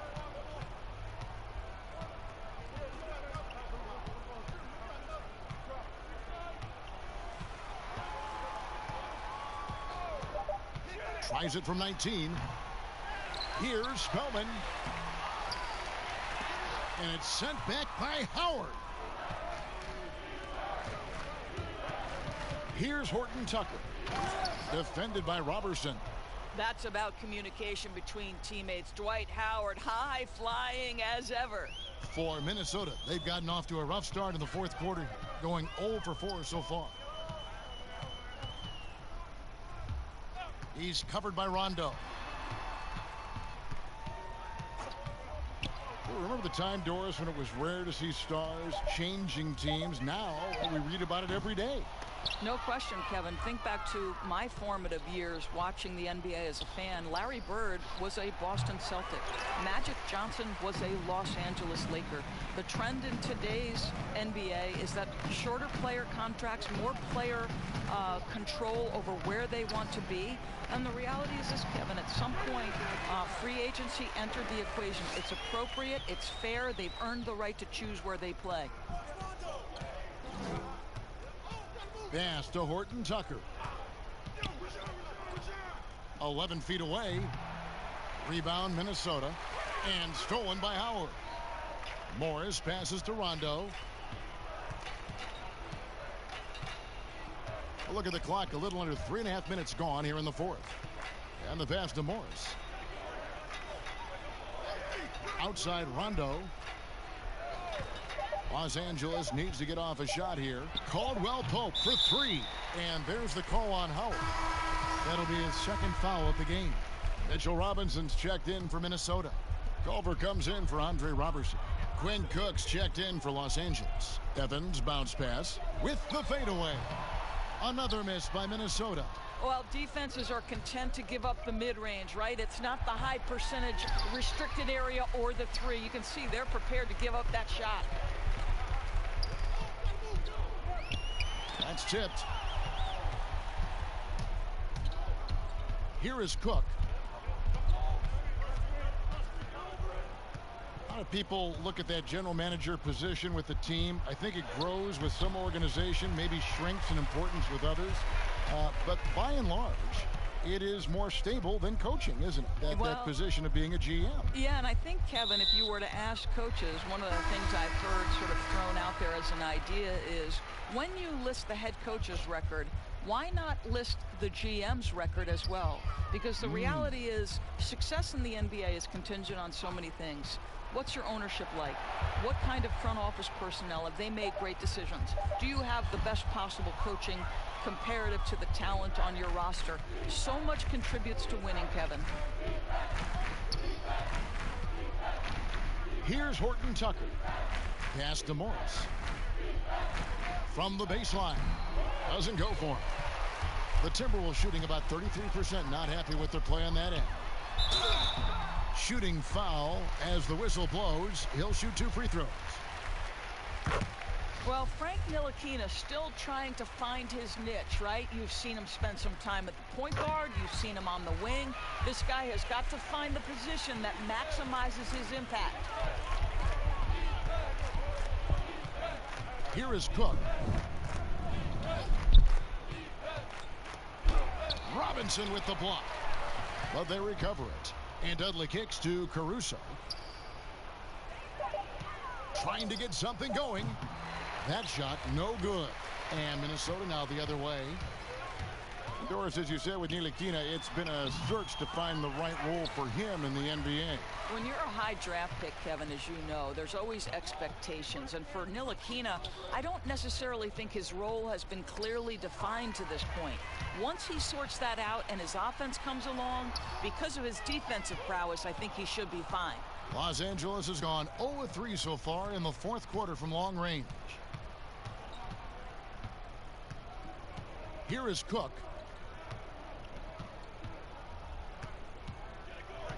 He kicks to Dudley. Wide open. And he connects with the jumper. Dudley's got his first 2 points of the night. Now the Timberwolves with it. So far in the fourth quarter, they've allowed just 6 points. Here's Culver. That one doesn't drop. So the Lakers will take it the other way. Here is Cook. We're seeing some great shooters with length, tall players shooting from outside. That seems to be the rage right now. But when you look in your crystal ball, Doris, what might be the next player trend in the NBA? So we saw the evolution of big men as three-point shooters, men being able to enter the league as sort of back to the basket, consistent rebounding forces out of the post, now stepping away and becoming threats as face-up scorers. To me, one of the most intriguing young players in the league right now is Nikola Jokic. Here's a 7-foot guy who is a tremendous playmaker. His instinct is to pass more than it is to score. So you wonder, is that the next evolution of big men? And then the other thing, Kevin, you are starting to see offensive rebounding went away as a focal point of teams in the NBA. You are starting to see teams go back after the offensive glass. Does that continue? Second chance is a big statistic, isn't it? It is. Los Angeles making a switch here. Looney's checked in. Timberwolves shooting about 33%. Not happy with their play on that end. And he's going up for the alley-oop. And Robinson throws it down. Ntilikina may not be the prototypical lead guard, but he puts it on time and on target right there. Yes, and with this one winding down, it's obvious to everyone who watched it. Just a total mismatch and a true show of strength for the Lakers. It was a standout performance across the board. I mean, it was like watching a cat play with a mouse. They were able to do more or less whatever they wanted. And it'll go down as their first official win of the new year. And once the horn sounds, they're going to go up 2-0 in the season series.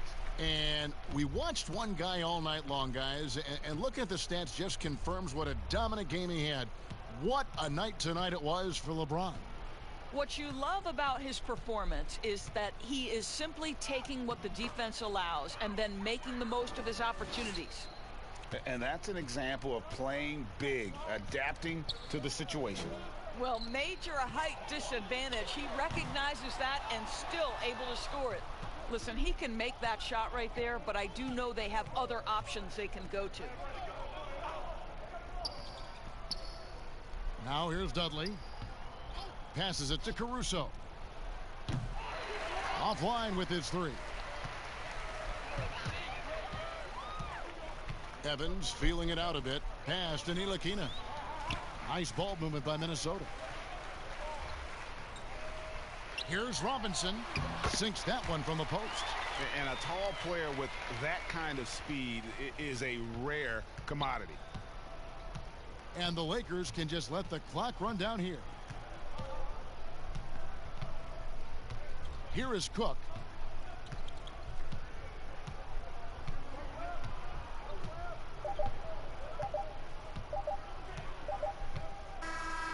And so it's the Lakers taking care of business here.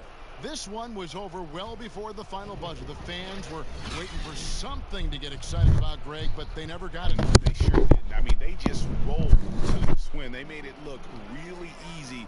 What an efficient performance at both ends. And now let's catch up with David Aldridge, who's standing by from the sideline. All right, Dave. Thank you, Kevin. Danny, a strong defensive effort both individually and team.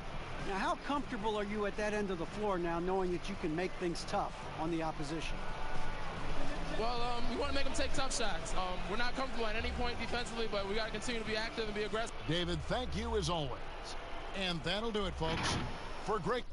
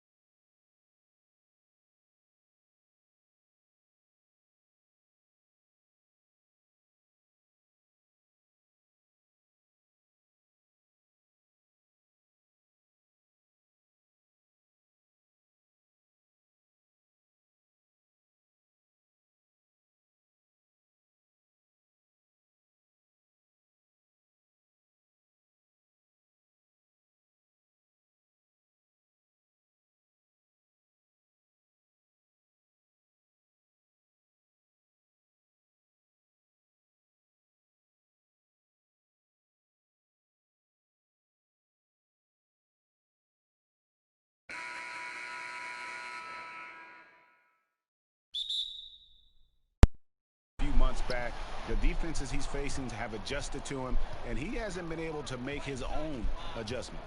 Let's take a look at our starters for Portland. McCollum the 2 and Hood the 3.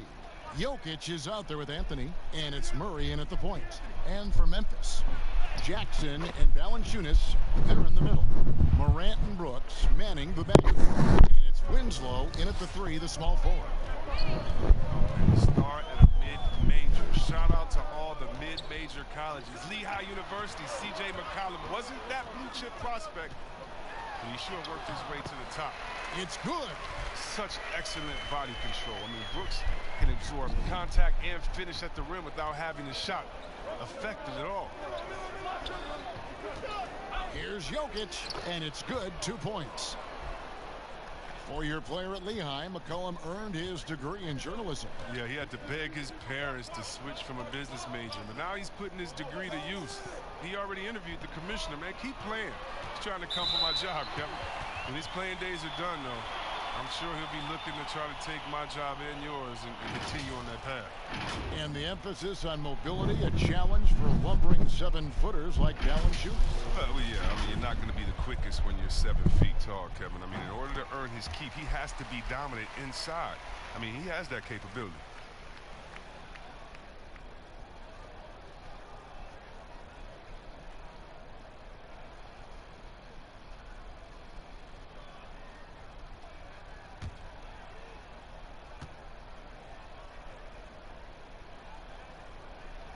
And that's good as he hits both of his shots. Opening day, Chris, in your experience, which types of teams tend to start the season well, started strong? 2 types. One, the team that has been forgotten about and left out. The team that had a disappointing season the year before, and no one knows the pain that they went through all summer long, waiting to get back to that moment. So they've been incentivized for half of a year to come back and say, wait a minute, it's our turn now. And those teams are sneaky under the radar. A little chip on their shoulder, in other words. Yeah. And then secondly, I would say veteran teams. Teams that know what they want, teams that are focused and saying, wait a minute, we know this is a marathon. Let's take our time, warm up, and stick to the principles right away, and we'll end up in the right place later. There's Winslow. Second shot opportunity, and he lays it up and in. There's that passion of his, battling with every ounce of energy he has. Outside Hood. There's Here's the pass to McCollum. Hood against Winslow. Pass to Jokic. Lets it go from deep. Brooks grabs the board. He's forcing things a little bit in this quarter, settling for shots that he'd be better off passing up. Bucket number 3. He's a perfect 3 for 3 to start. And this has been a great job of just getting into the middle of that defense and really scoring effectively from the paint. Jokic inside. Valanciunas is there. Again, the miss by the Trailblazers. And they had some botched coverage that turned into no coverage. Now here's Morant. He's covered by Murray. Now Morant. Coming in off a 21-point game his last outing. Pocket 2. Murray with it. He brings it up for the Trailblazers. They trail by 6. Last time they met was in Portland this season. Here's Brooks. The jump shot from the baseline is right on target. Brooks has got 8 points. And their offense already in a flow. Some stellar shooting to jump out to this lead. So timeout called here, the first for Portland. The Grizzlies' coaching search took 2 months. They finally settled on Taylor Jenkins, a former assistant coach with the Milwaukee Bucks. Jenkins, with an economics degree from Penn, fits the young academic profile of this Memphis front office. Worked for the Spurs 6 years as an assistant under Mike Budenholzer, who was the coach of the year in 2019. That pedigree helped him get the job. Fast break. Here come the Trailblazers. And Jokic throws it down. Improving as a distributor, it helps when Hood tries to share it like this. Morant with it. No points in the game yet for him. Over Murray. Here's Valanciunas. And he gets the whistle. 2 free throws coming up. It's going to be on Jokic. The Grizzlies shooting their 3rd and 4th free throw attempts of the game. And their numbers from the line last season, they're good, just not great. About 77% as a team.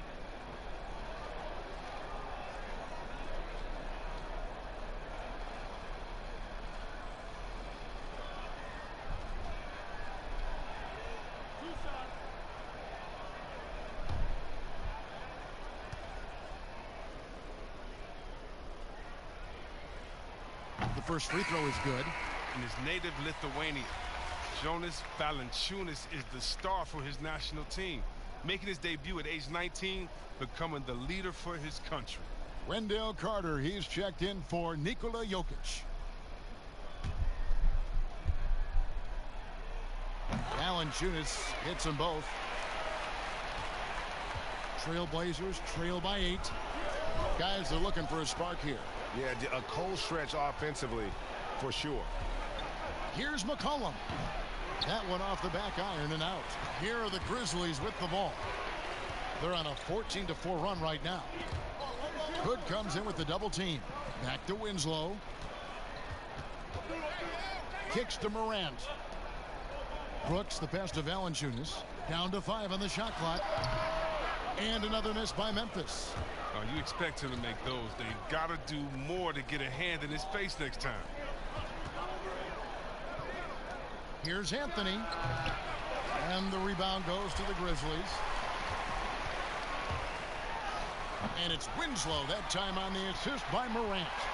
Winslow's got his 2nd bucket. Defensively, they've been a step slow here to start. The feed to McCollum. Lets a floater go. Rebounded by Valanciunas. Valanciunas has got rebound number 7 for him tonight. And there it is for him. Winslow's got his 3rd basket of the night. They should continue to get the ball inside. The defense struggling to contain them.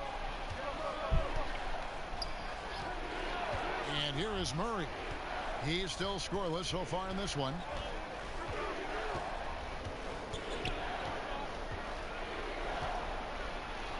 Uses the glass to finish the layup.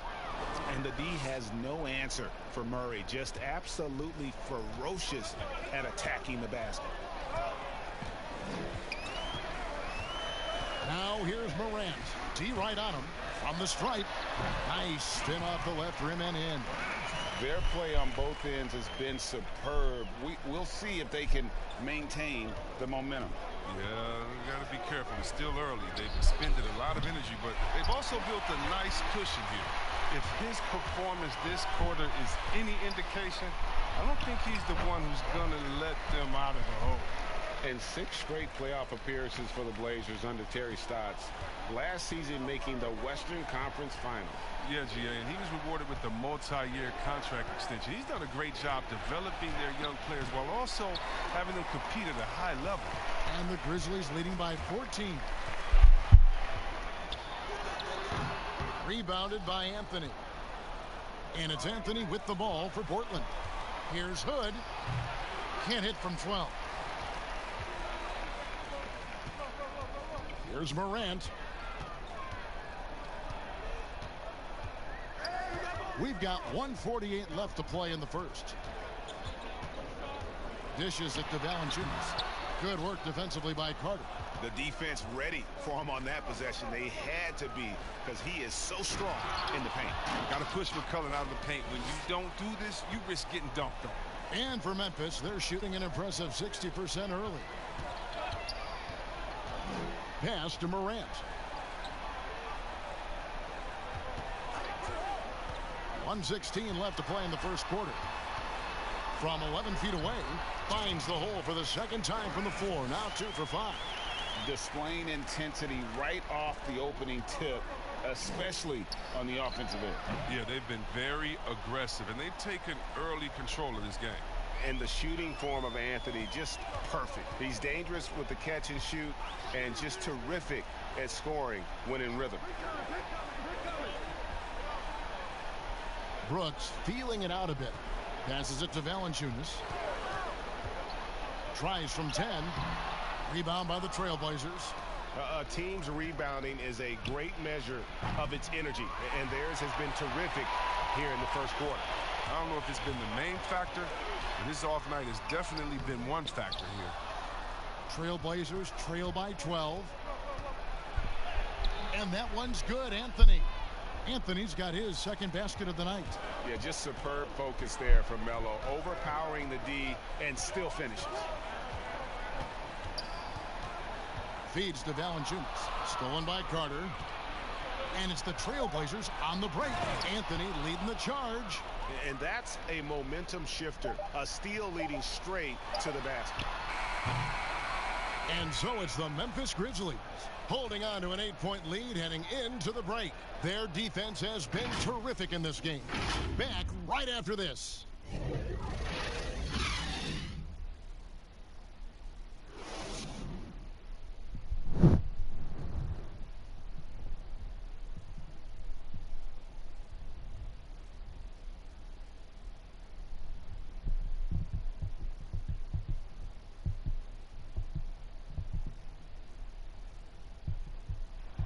Nikola Jokic, a former second-round pick, turned star in the league.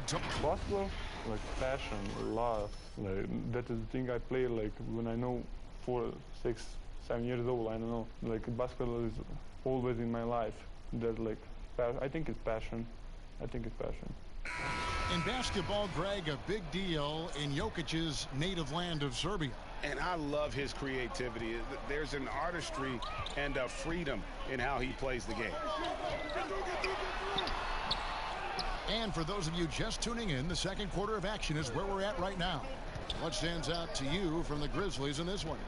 What we saw in that first quarter, they won their matchups defensively. Yeah, they really got after it. I mean, they made life extremely difficult for the shooters, which is why they hold this lead. And a chance here presented by Gatorade to see who's on the floor, all fueled up and ready to go for the start of the second quarter. So the Grizzlies 5 right now. They've got Jonas Valanciunas. Anderson is out there with Brooks. Then it's Jones. And keeping us updated from the sideline, let's swing it over to David Aldridge. Well, Kevin, Jaren Jackson Jr. is the son of an NBA player. And I'm so old, I covered his dad in college. Growing up, his parents let him find his passion, but the game was always in his genes. Jackson Jr. said, "I've always prided myself on being more than just a basketball player, but I can't deny my laser focus on the sport." Kevin, he's following in his father's footsteps, but looking to create his own legacy. Terrific mentor, but he's just getting started, David. Thank you. Anderson outside.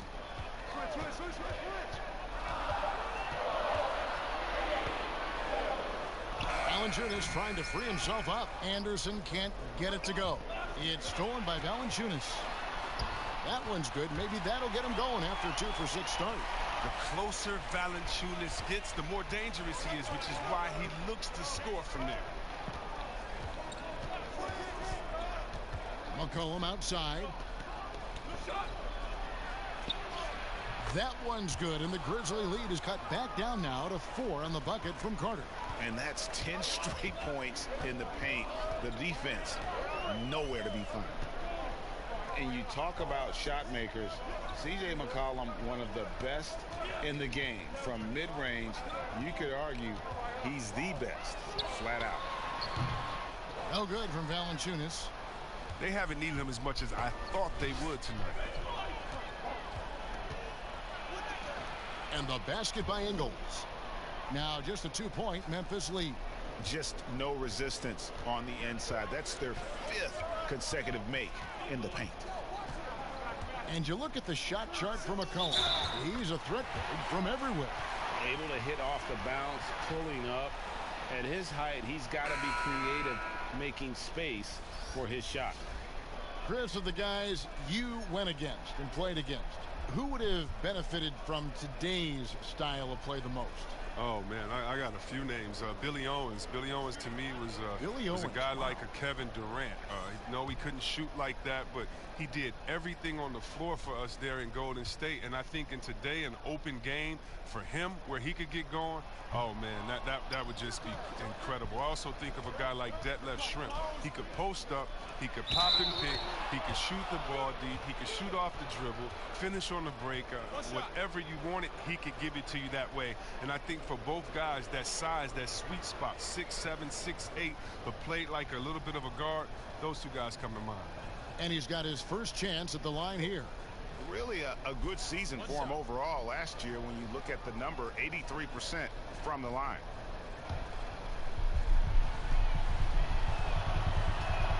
The throw good, McCollum.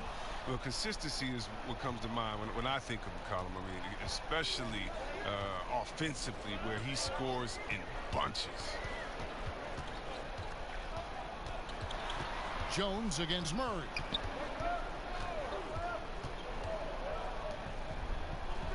Just 5 on the clock. Steps back and fires. And it's wide right. It's off the rim. The rotation in the D could be better here. It'll cost them next time if it's not.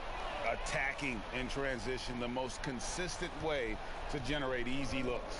Yeah, you can tell they love to get out and run when the opportunity is there.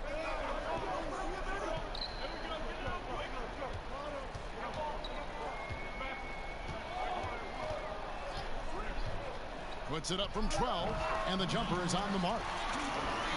And the Grizzlies lead by 1. Pick works well there. Not much resistance from the D. All right, it's a lazy effort. Let's just be honest. Hoping the shooter misses, that doesn't constitute defense. And a wide open look for McCollum. The shot's good on the assist by Ingles. 11 points for C.J. McCollum. Grizzlies have gone 3 of 8 from the field since the beginning of the second quarter. Murray against Jones. Over Murray. Jones, no luck. And so it's Murray who brings the ball up for the Portland Trail Blazers. Only given up 6 here in this quarter. Now here's Anderson. He's gotten some minutes, but nothing on the board yet. Here's Jones. It doesn't go for him. Now the Trail Blazers take it the other way. Ingles with the ball. He's picked up by Brooks. Ingles dishes to Murray. And I have just been so impressed with the way Jamal Murray has added to his game. He's pushing himself every offseason, to make the most of his abilities as a player and continues to be a consistent threat from the outside. And Memphis making a change here. Clark's checked in, and so Murray nails both of them. Oh, you can get spoiled watching him at the line. I mean, you just expect him to make every one, every time. The pass to Clark.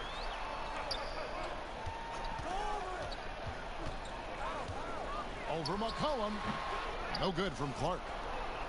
And with Murray, Greg, you forget how young he is. He entered the NBA right out of his freshman year at Kentucky. I mean, Murray was taken 7th in his draft and has kind of flown under the radar from that class. But the more you watch him, the more you feel like you're seeing a star in the making. All the officials are all over that one.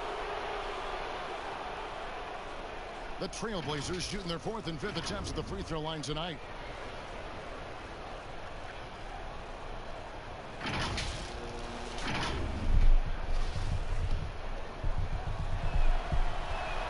And the first one drops. And they're really getting more points at the free throw line here in the second quarter. And some changes here for the Grizzlies. Justice Winslow, he's checked in for Kyle Anderson. And it's Morant in for Tyus Jones. And the Trailblazers making a change here as well. Anthony's checked in. And the foul on Carmelo Anthony. That's his first foul.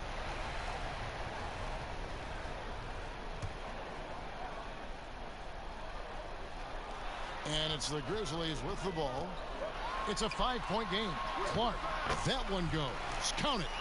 But this is why Morant's teammates love to play alongside of him. I mean, exceptional vision, and he's incredibly unselfish. Anthony on the wing.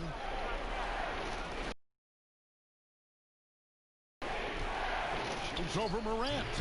Again, the miss by the Trailblazers. Winslow against Ingles. That's tipped. Jokic with the steal. And here we go. Murray heading to the hoop. The shot's good on the assist by Ingles.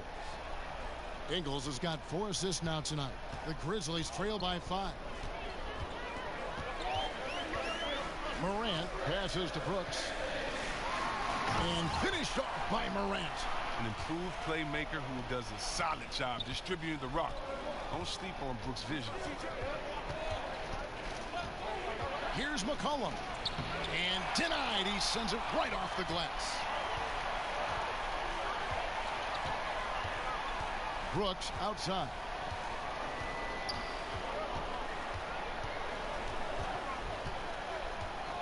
To the inside. And the dunk by Winslow. And one step ahead of the defense with that solid screen. And then, Greg, the monster dunk to finish it off. Well, come on, guys. Someone has to rotate over. Defensively, that's just poor communication. There's 1:38 left to play here in the half. Clock at 6. Murray kicks to Anthony. It's rebounded by Memphis. It's off to Utah for him after this game as they take on the Jazz. That'll be the first half of a 2-game trip. Brooks, the pass to Jang. Over Murray.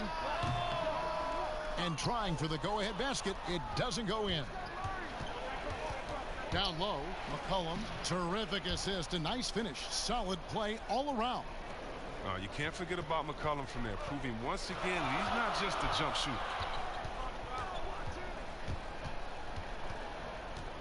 55 seconds left here in the second. Here's Morant. And there's the whistle on the shot. Took the foul. Shot misses. He'll be shooting 2. And the foul goes against Portland. And purely from a physical standpoint, John Morant has it all. The height, the long arms, the frame to put on more weight. And few players are more explosive athletically. Jaren Jackson, he's checked in for Gorgie Dang. And then for the Trailblazers, Carter, he's checked in for Jokic. Risa comes in for Joe Ingles. Rodney Hood subbed in for McCollum. And since the first quarter, we've seen them ease off on that long-range affair. And frankly, that's probably a good idea. Now Morant. He's got 8. Good work defensively by Carter. And he did everything he could to make that shot as difficult as possible. Excellent D, avoiding fouling and got in the perfect position to alter the shot. Here's Morant, and that's basket number 4. He's taken 9 shots to this point. And not a great start for him in the first, but he's quickly starting to turn it around. Anthony, the pass to Carter. And the rejection by Jackson. C.J. McCollum, he's feeling it tonight and has been the driving force for the Portland Trail Blazers. What a quarter that saw them generate a great comeback effort and are now out in front with momentum behind them. It's time now to go courtside as we send you over to David Aldridge from the sideline. David, take it away. Kevin, thanks. Here with Coach Terry Stotts. Coach, it's a hard game so far. Going into... All right, David, thank you. We'll be back after halftime for the start of the third quarter. The 2K Sports Halftime Show. Ernie Johnson. C.J. McCollum was on fire in the first half. He ended up with 15 points and 1 assist. And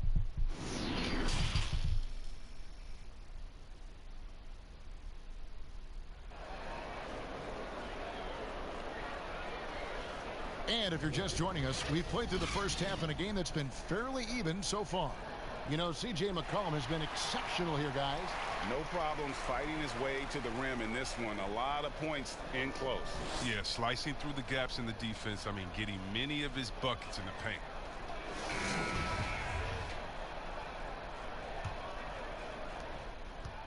Memphis trailing here.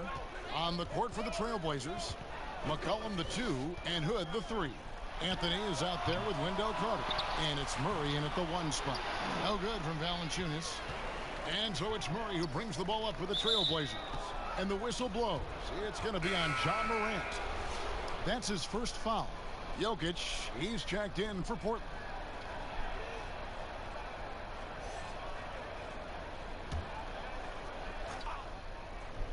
Here's McCollum. Over Valanciunas. And McCollum the bucket on the assist by Anthony. And that's 17 points for C.J. McCollum. Morant with it. Pass to Jackson. Over Anthony. The Grizzlies with another miss. But this is not the start they wanted coming out of the break. 0 for 3 so far, and they're not playing with much intensity. Love how creative Murray is with the ball, just dribbling through defenders like it's nothing. Now here's Morant. He's covered by Murray and finished off by Morant. Just the kind of play they need in a game this close. You know, that's the kind of aggression they want from their floor leader. Yeah, Kevin, this is why they go to him. When the game is tight, he ups his intensity level. The Grizzlies trail by 3. 90 seconds now into the second half. And he lays it straight in. Valanciunas has got 10 points. Oh, it's tough trying to alter his focus. I mean, Valanciunas is great at staying in control. Hood dishes to McCollum. Pass to Jokic. A 3-ball. That falls. Nice feed that time from McCollum. He has 7. Well, that'll get you a pat on the back from your teammate McCollum. Unselfish and aware, picking out the perfect pass. And here's Winslow. 8 points for him. Here's Jackson, and stolen by Hood. Here's Murray, and it's going to be out of bounds. The Trailblazers will retain possession.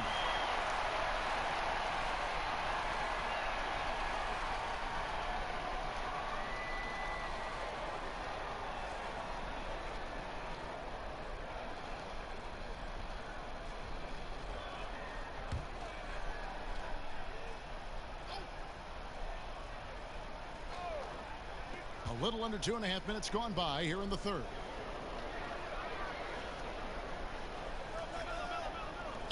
Corner shot.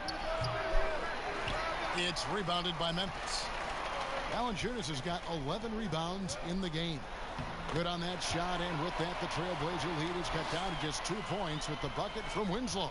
They're getting on a roll inside. Their last 3 field goals have come from the paint. And it's Jokic missing. And they haven't been able to turn it into a big lead, but their rebounding advantage is starting to add up. And yes, it's good. Oh, they own the interior right now. 10 straight points coming from inside. For Portland, they've gone 3 of 7 on field goal attempts here in the second half. Passes to Hood.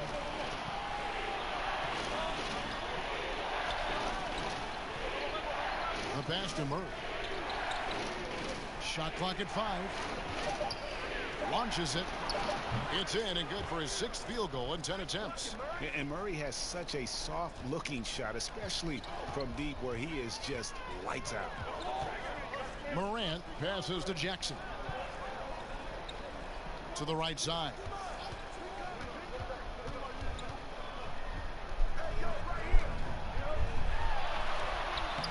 Makes it off the glass.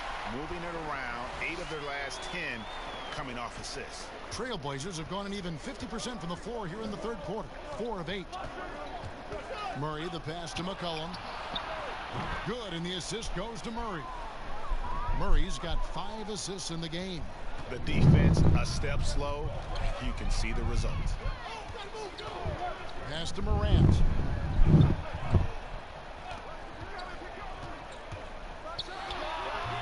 Valanciunas, and staying with the play, Valanciunas. And they're beginning to just flat out fall apart defensively right now, especially on the interior. Here's McCollum. It's rebounded by Memphis. Valanciunas has got 14 rebounds tonight, going after. The putback, he hangs in there and cashes in on the second chance points. Winslow's got it all tied up now for the Grizzlies. That is really good work there on the offensive glass. Murray scores the bucket. He's 7 for 11 and continues to look good. The creation of the super teams, Chris, is enough being done to ensure a competitive balance in the NBA. I think so. I think that every year we're going to have to evolve in trying to do enough, and see it happen the previous year. But yeah, and the fact remains, though, Kevin, is, you know, I like working with you. You're my friend. I would go work with you. And in basketball, you want to go play with your friends. Same so stuff, yeah. How do you stop that? Right. I don't know. When guys get to hang out in the summer and say, wouldn't it be cool if we got to play together, our kids would play together, and we could win one? That's going to be hard to deter. So I just think it's about how strong the will of the friends are, and more importantly, what is the league doing to kind of not necessarily give as much incentive to do that, but I think the league is doing a great job staying proactive, giving guys a lot of incentive, a lot of reason, a lot of dinero to stay at home with the team.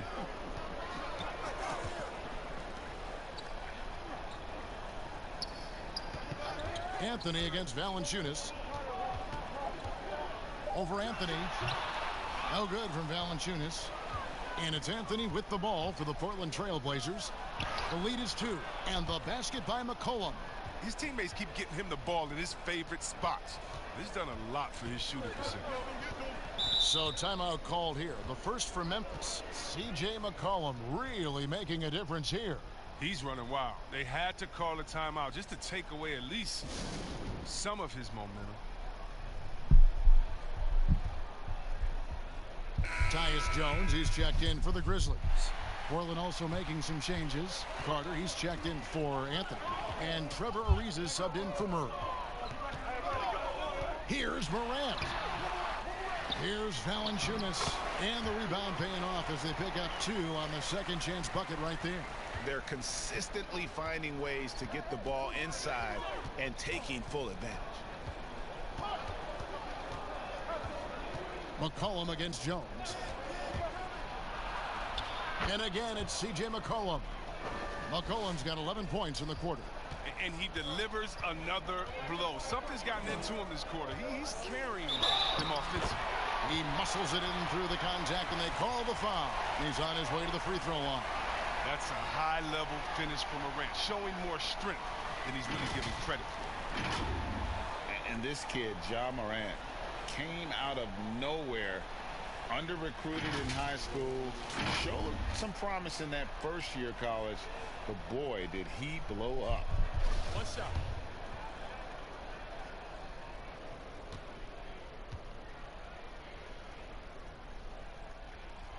And that one misses.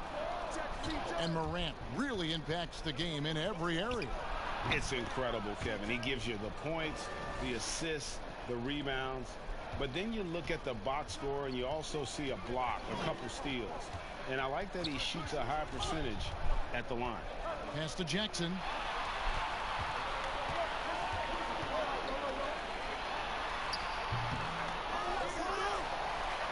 Kicks it out to Jones. Back to Jackson. Ariza against Brooks.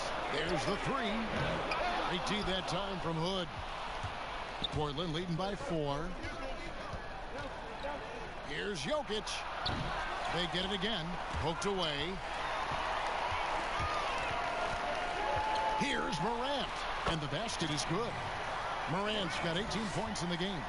Just another example of why you run plays through Morant. I mean, he makes great decisions with the ball in his hands. To the paint, here's Ariza, and he takes it in for the layup off a very nice feed. And the Trailblazers lead by 4. Morant passes to Jones. Here's the teardrop. An aggressive defender. Carter Jr. also excels at using his physical advantages to turn shots back. Hood kicks to McCollum. Rebounded by Valanciunas. Valanciunas has got his 16th rebound on the night. Morant, and the shot goes down. Morant's got 20 points. Taking things into his own hands. He's been a beast this quarter. McCollum passes to Jokic. Here's Ariza. Carter dishes to McCollum. Lets it fly from 18. C.J. McCollum, he's feeling it tonight and has been the driving force for the Portland Trailblazers. He put together quite a quarter, 13 points in all, and he looks to be planning for more. We'll return shortly.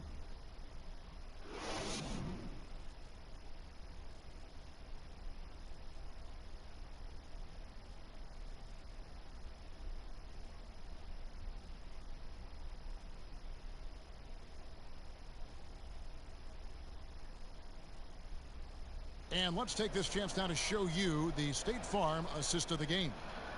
And he sliced the D wide open with this feed. They had no chance to prevent that basket. No, it's quick decision making. You see a guy open, you can't hesitate. That's an outstanding play. Well, this has been a great contest so far, and I imagine the fourth quarter could have even more action in store for us. They've got Clark. Morant is out there with Jones. Then it's Jaren Jackson. And it's Anderson in at the small forward position. That's the lineup in the game for Memphis. Memphis trailing here. Morant with it. Now guarded by Hood. And that one's good. Morant. What a great play. Totally schooled the defender on that one. Now here's Hood. Not a lot of room. Inside, shoots, and he banks in the layup. And that's now 30 points for C.J. McCollum. This guy's just a gamer. McCollum, I mean, he really embraces taking on the defense and finding a way to finish. Here's Morant. Good D by McCollum. And it's Ariza with the ball for the Trailblazers. A 2-point game. Hood can't get it to go. He's as surprised as anyone with that miss. When he's left alone like that, you can usually count it. Passes it to Morant to take the lead. Carter pulls it in. Carter's got rebound number 8 here tonight in the game. Portland moving the ball around.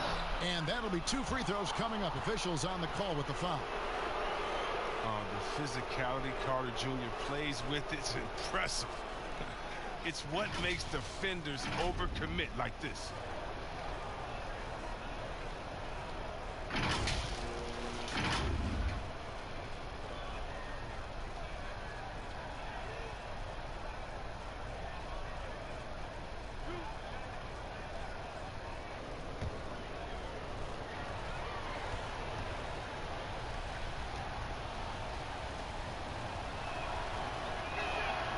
And he can't get the first one. And the potential Carter Jr. has is enticing. A multi-talented big who plays with the real competitive fire.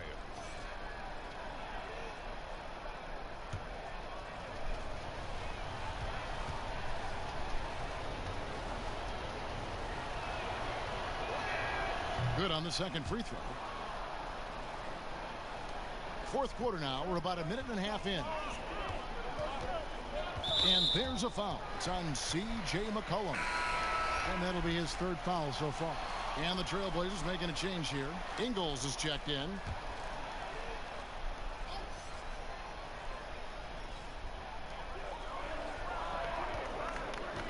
Anderson against Ingles. Right side Jackson.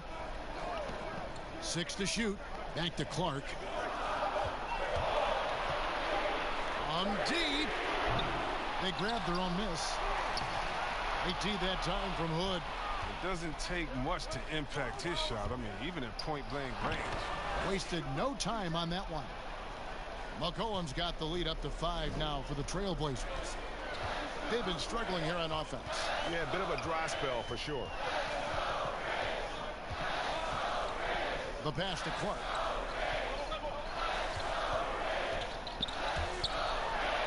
Lays it up off the glass. You got to know this is Clark's skill set at this stage of his career. He takes quality shots when he's inside. Pass to Carter. Jones against McCollum. Got a hand on it.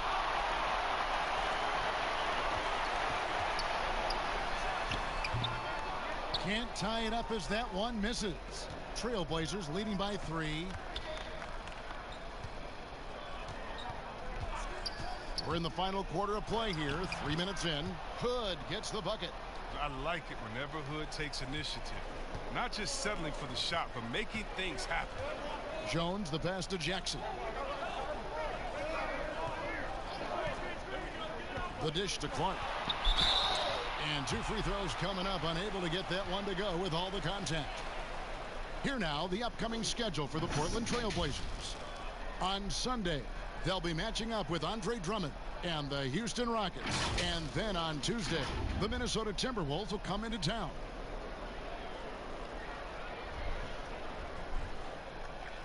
Shooting 2.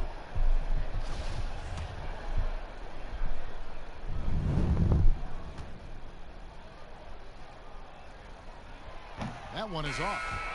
The potential is there. For Clark, it's about expanding the range so that it makes him more versatile offensively.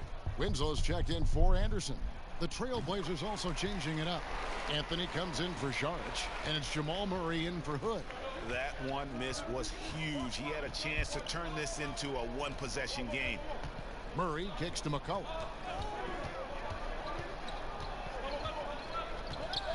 To the middle. It's stolen by Jones. And here's the fast break. Winslow's leading the way. The Grizzlies with another miss. Portland leading by 4. Anthony, the pass to Murray.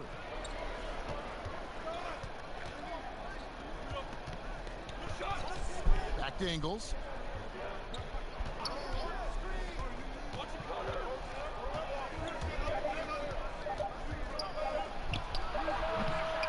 Rebounded by Jackson. The Grizzlies have gone just 2 of 8 in this fourth quarter. The final quarter not treating them well so far. To the inside. From 12 feet out. Rebounded by McCollum. And so it's McCollum. He'll bring it up for Portland. They've only given up 5 points here in the fourth quarter. How many times have we seen a possession like that from them today? Ending with a basket, coming off a pretty pass. Here's Jones. Portland grabs the miss. Carter's got 9 rebounds in the game. Getting it done. Murray against Jones. Murray, the pass to Carmelo. And the bucket is good. 3-point play chance here for him.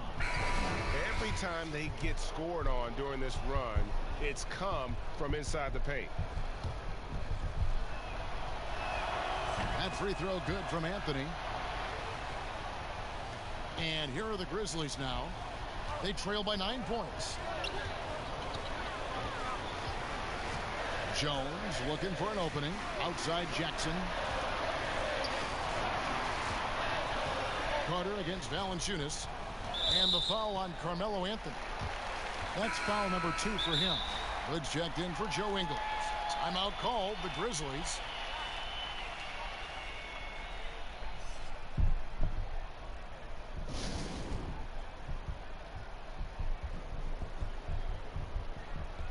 And now let's present our Jordan Player of the Game, C.J. McCollum.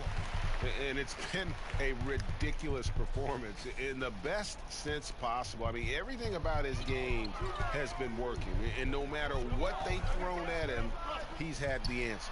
If he could only contribute like this for them every night, you can't overstate how much better it makes this team when he has a game like this. And on the road, no less. And we've got an update here, so let's check in with David Aldridge reporting from the sideline. Hey guys, I caught Taylor Jenkins' message to his team. He's pleased that they're getting consistent points in the paint. He said, in this league, it's not easy to do what you guys are doing. Let's just keep doing it until they stop us. Kevin? Jokic, he's checked in for the Trailblazers. And it's Murray with the jam. You have to enjoy seeing Murray jam it down. His vertical is very impressive. The Grizzlies trail by 9. Now here's Winslow to the paint. Here's Jones. Murray with the defensive effort. For Portland, they've gotten into a pretty good groove, going 6 of 10 here in the final quarter. And here's McCollum for 3. Good, and the assist goes to Murray. Murray's got his 8th assist here tonight. And it just seems that every pass they make is leading to a score. Just great ball movement. Now Jones. Chris, you've been a commentator for the NBA Vegas Summer League. Amazing how much that event has grown. Oh, how about this year? The Chinese, the Croatian national team. I mean, come on. It's just this is a global game, and we're bringing all of them to Vegas to let fans go up in there and watch them and watch rookies at a young, early age and see the best players. I mean, this is awesome. You got to love how forward-thinking the NBA is. This is really cool to watch. It is. Good defense by Jokic. And that is a textbook example of how to defend your rim. Well, that's why he's out there right now. In situations like this, he stands tall to prevent points. Fades away. And Portland again with the bucket. And with the lead, I like the strategy here. Continue to get the ball to guys who can do something with it. Oh, I do too, Greg. You have to go to your best scorers. I mean, it's a smart strategy, and so far, it's paying off in this game. There's Winslow. Offensive struggles continue, missing again. Portland leading by 16. Murray outside. Tipped away. And so just rolling to the finish line now in what has been a very confident looking performance for the Trailblazers. They found a great rhythm from long range. Yeah, Kevin, every time they left a man open deep, he'd get a good shot at the basket, didn't hesitate, and that aggression paid off. And it'll go down as their first official win of the new year. And they're able to even the score of this series at a game apiece. Still 2 more to go in the season series. And you know, when you look at the huge impact he had, just a monster game for C.J. McCollum. There wasn't much they could do to slow him down as he was converting every good chance he got. Jackson dishes to Jones. Murray against Jones. Jackson comes over with the double. About 7 seconds separating the shot and game clocks. Inside. Winslow's shot is off. The D hanging tough and stopping what would normally have been easy lay. Jones against Murray. Pass to Jokic. Good, and the assist goes to Murray.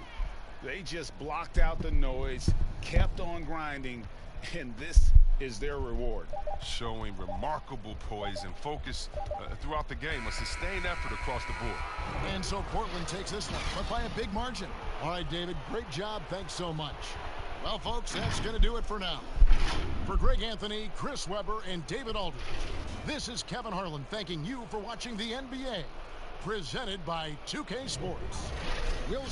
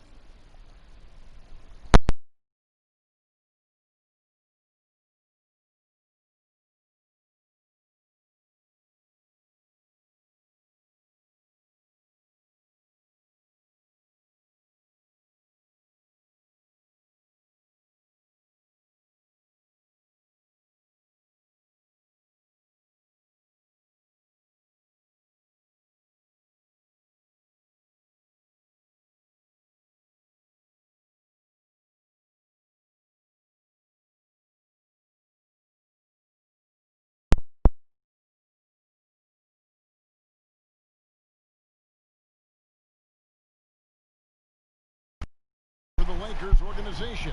Thanks for that report. Here are the starters for Los Angeles.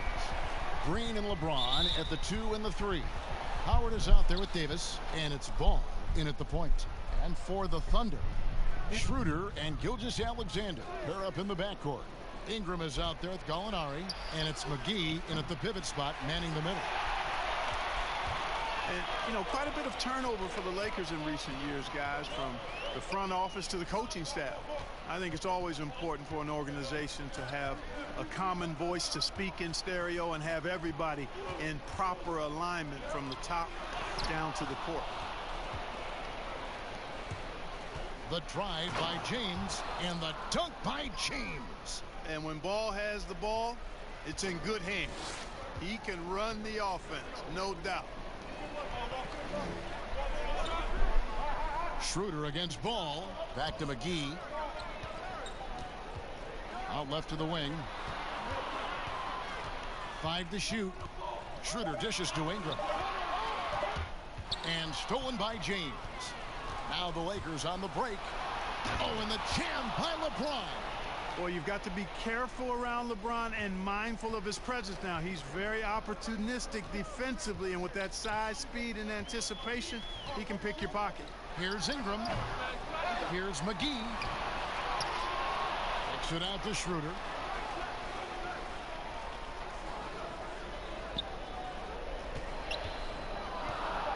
Goes up with it again. And James pulls it down. And as the Lakers have looked to fill positions, Clark, a real affinity for candidates with the Lakers history. Yeah, you know, that's exactly right. They view it as a family, but here recently, they've expanded their options and have looked outside of past Laker pedigree in terms of filling some key spots, which is part of what you have to do if you're going to move forward and be successful.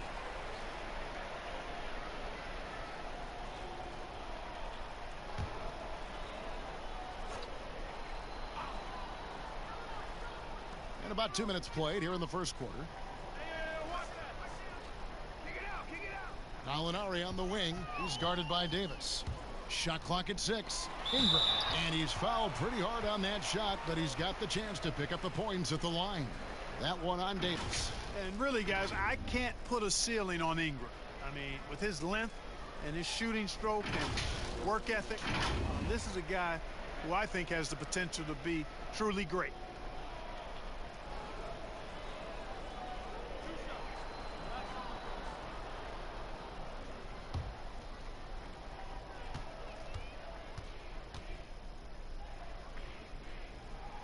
And that one falls for Ingram.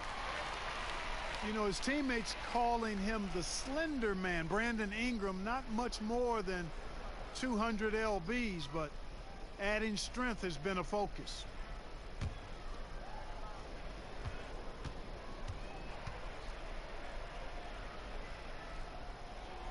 Both free throws good for Ingram.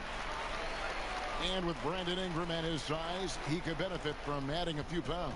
Well, you know, his teammates call him Tiny Dog. Dog because of his determination. That's a positive thing. The tiny part in reference to his slight frame. Time to bulk it up, young fella. Weight room. Now, here's Ball. Back to Davis. That falls. Nice feed that time from Ball. A pass-first point guard, Lonzo Ball, is very consistent at looking to get his teammates involved. Guys, they're looking for a way to score here.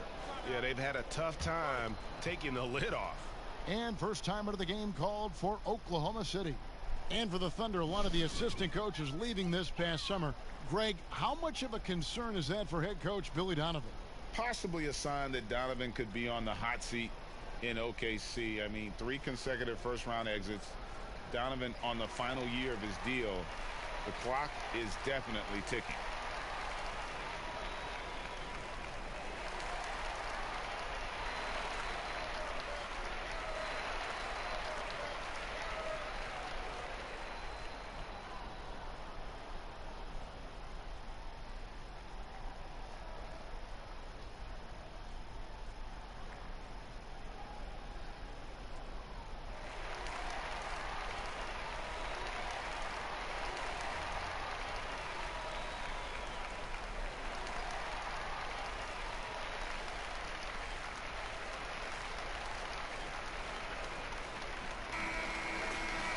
the break in the action, let's show you the teams with the most second chance points last year. Second, the Thunder. This was a team that was really savvy when it came to getting position under the boards and then getting those offensive putbacks. Gallinari against Davis. To the middle. Here's McGee. That's in, and he found his range with that one. Now 1 for 2. Hey, there's a reason why he shoots such a high percentage, guys. I mean, he picks smart shots, high-quality shots, in close shots that he takes. Now here's James. 29 points for him last game against Houston. And he also controlled the backboard as well. I mean, he really did a terrific job. Oh, Kevin, get a load of that one. Take that play and put it in the alley-oop textbook, boys. Perfectly done. You're right. He put it on a platter for him. And a nice touch on the finish. Gallinari finds McGee. James with it. Now guarded by Ingram. And James throws it down hard. It never gets old seeing LeBron throw it down, especially when he decides to do it with a little flavor. Ingram against James. And Davis sends it back. And it's going to be out of bounds. The Thunder will retain possession.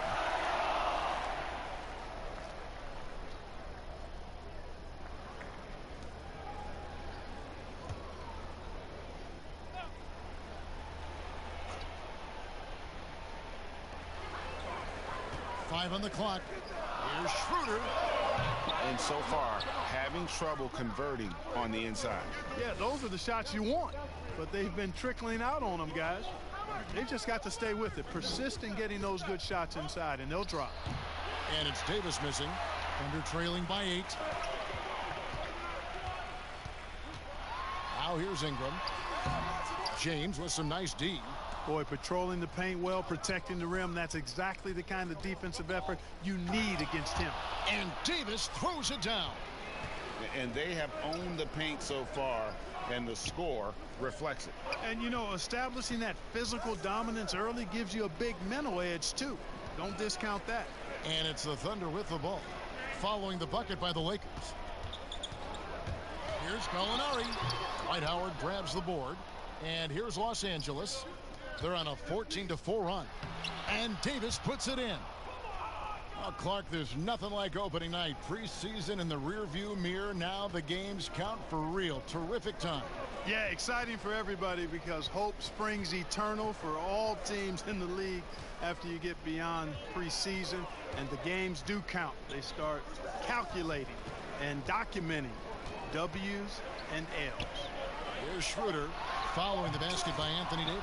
Oh, and that would have been a spectacular alley-oop. Really difficult to get the timing right on those long ones. Baseline J on the way. And it's Ingram with the rebound. Thunder trailing by 12. They need a bucket in a big way here to regain some confidence. Gilgeous-Alexander passes to Schroeder.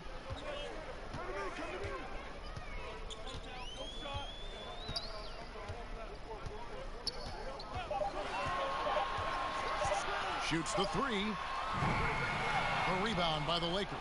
Their last encounter was in Oklahoma City where they were able to handle the Thunder. And the last time these two met, they were able to get a big win because of that bench production. Second unit might be a factor in this one as well. And you know what? If they run away with this game like they did in that one, I'd expect to see plenty of minutes again for the guys coming off the bench. Now here's Schroeder. Still getting warmed up offensively. No scoring yet from him. From deep, Gallinari connects from three-point range. Gallinari's got it back down to within single digits for the Thunder. Ball, the pass to James. Down low, stolen by McGee. And in transition, it's Ingram. Here we go. And that one is off. Great D that time from James. And he's been way off the mark this quarter. It's been ugly. Here's Ingram. Rebounded by Howard. Howard's got 6 rebounds now in the game. And he's really trying to get them back into it, but the results just have not been there. You know, Greg, for the Thunder fans, hard to see their star power dwindle, but they got a lot in return. Yeah, but the Thunder were capped out. They hadn't made it past the first round in 3 years. And in exchange for Paul George, they got one of the richest trade packages in league history. Shooting 2.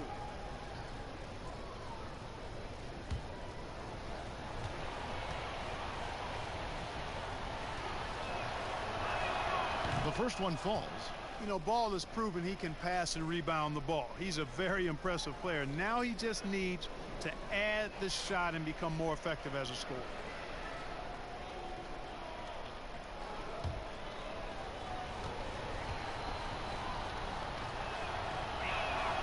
Good on both.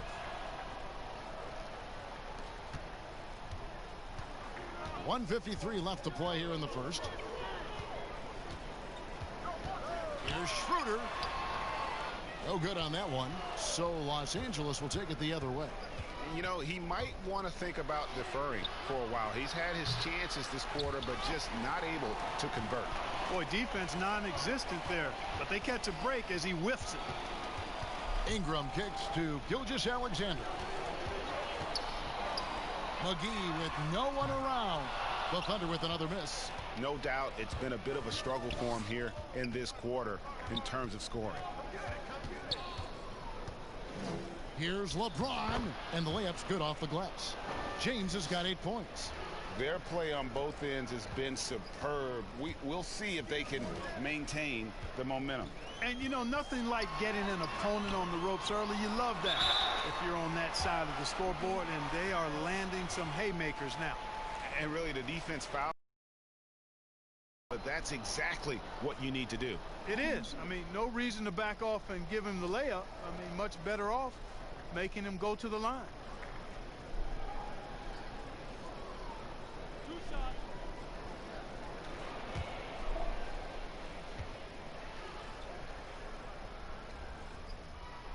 And the first one drops.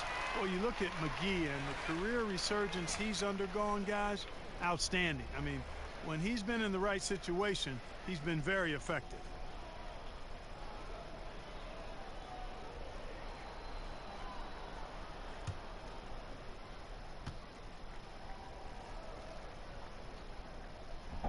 That's also good, so he hits both free throws. 54 seconds left here in the opening quarter. Ball feeling it out a bit. Pass to Green. Puts up a 3. That falls. Nice feed that time from Ball. Ball's got 3 assists now in this one. And their offense already in a flow. Some stellar shooting to jump out to this lead. Quality looks they're getting, and they're capitalizing on them, guys. They have to be happy with this start offensively. Here's Davis.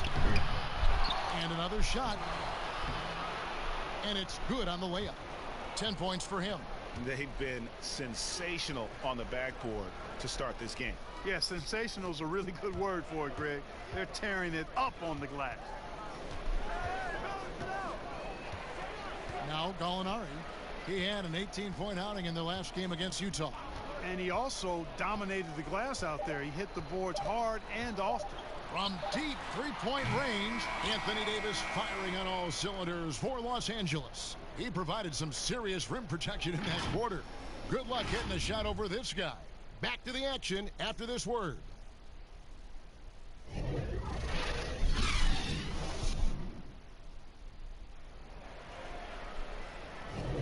And glad to have you with us, folks. Second quarter of basketball.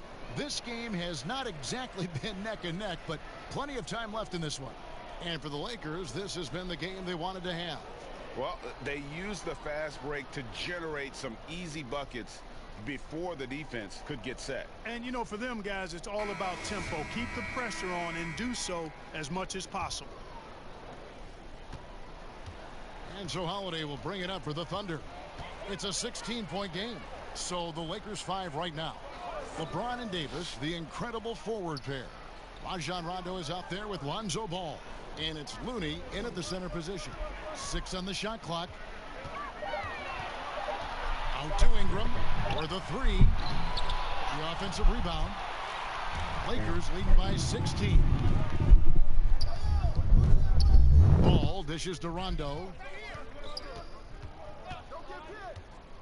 The floater got a piece of it. In addition to being superb on offense, Ingram is also a ridiculously good defender. I mean, his long reach really allows him to come up with a good number of blocks.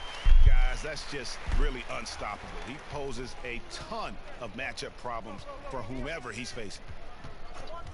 The second overall pick back in 2016, Brandon Ingram has shown us flashes. But whether it's defense or offense, still a ways to go. No question he got bumped on that shot. Yeah, the officials didn't need to talk that one over. It was obvious. And a breakdown here, guys. The hustle stats for the Lakers. Tell you what, guys, they're showing us a lot of energy early on and racking up those fast break points.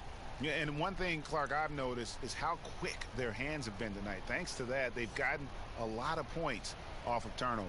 Caldwell Pope, he's checked in for Los Angeles.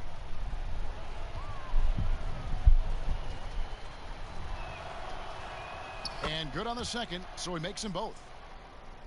And Greg, when you talk about Ingram, where would you look for him to make the next step in his game? Well, in that one season at Duke, he did shoot over 40% from three.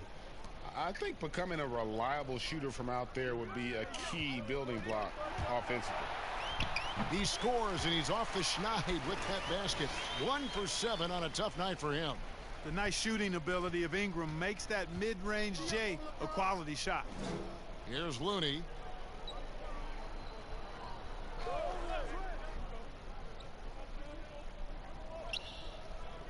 Out to the right wing. Nice ball movement here by the Lakers. Los Angeles with another miss. You know, defensively, you just can't afford to give him that much room. They're fortunate that he missed that one.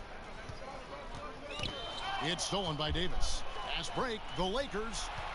And oh boy, a lot of contact there, but he gets the call and will shoot two. It goes on Brandon Ingram. You know, that's one of the reasons LeBron is so hard to defend, Kevin. I mean, he puts you in a tough spot, forces you to foul him because he's so strong and athletic, and then he gets himself to the line. And the GOAT conversation. LeBron has said his motivation is to surpass Michael Jordan as the greatest of all time. Greg, what do you think he needs to do to bolster his case?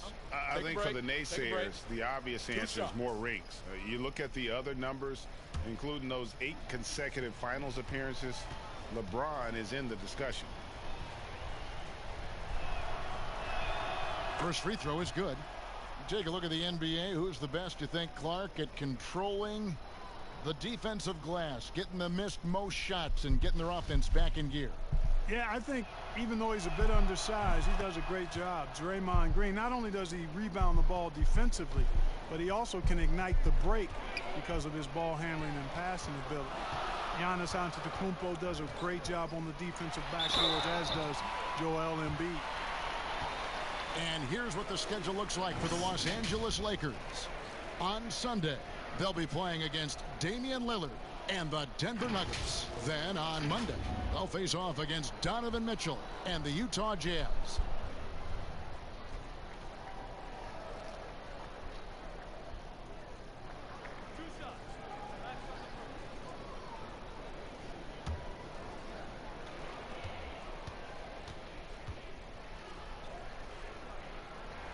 And he knocks down the first one.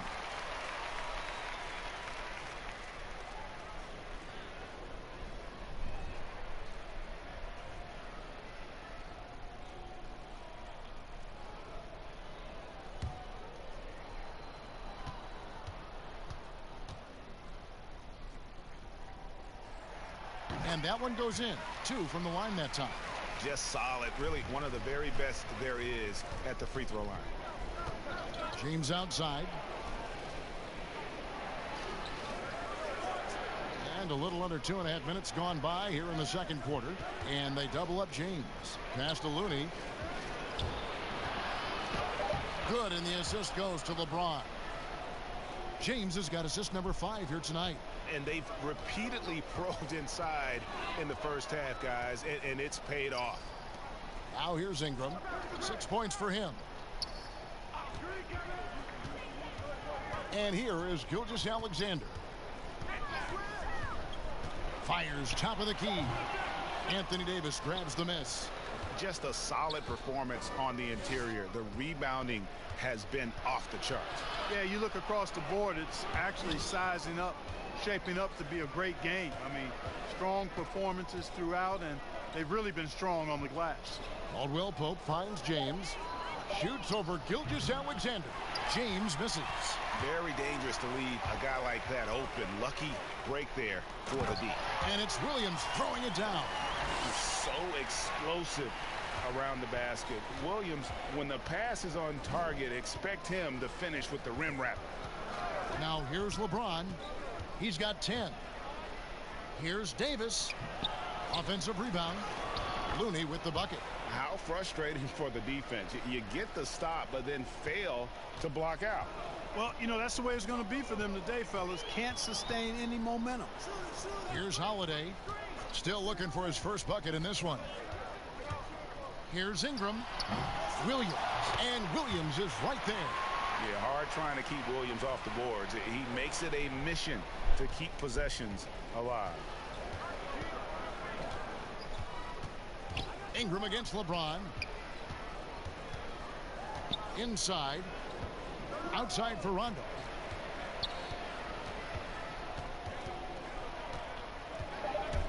Over Holiday from 13 feet. It goes down. Rondo's got his first points in this one. And, you know, he's proven to be capable at sinking that mid-range jump shot.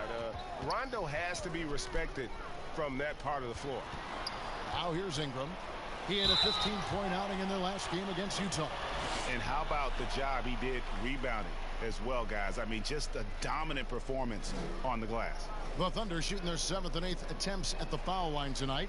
And one of the weaker areas for this group, only shot about 71% from the line a season ago.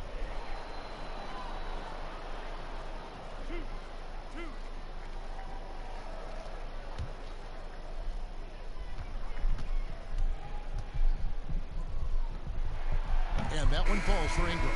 And getting to the line and hitting your free throws, a good way to get back into the game. It stops the clock and extends the game and allows you the opportunity to set your defense. They've been perfect from the line so far here in the second quarter. Ferguson's checked in for Gilgeous-Alexander. And the Lakers also making a switch. Morris is checked in. Now here is Morris. LeBron James on the wing. He's covered by Ingram. And you could tell he thought that triple was going to fall. Ferguson, the pass to Holiday. Outside Williams. Ingram outside.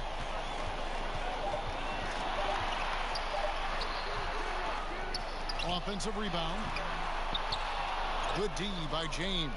You know what? He's just stone cold right now. Really not sure if he's their best option offensively as they try to get back in this game. Rondo finds James to the inside. Here's Looney, and he makes no mistake on the slam dunk. Like the sun rising every day, you can count on LeBron to have his head up scanning the floor and finding the open man. Holiday against Rondo. Here's Williams, and Looney sends it back. And here we go. Fast break. James has got it.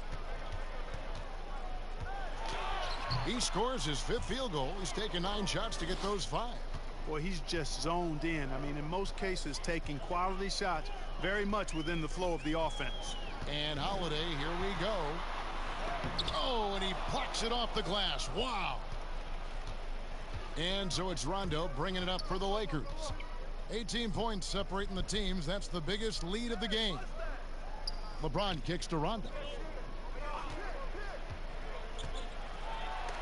Williams with the block. You know, the reach of Williams is outstanding. He uses it to perfection to deny shooters. You gotta love his hustle, leaving the defense no time to react. And you know you're going to get those buckets, guys, when you're quick to get out on the break. Get that ball up the court as fast as you can.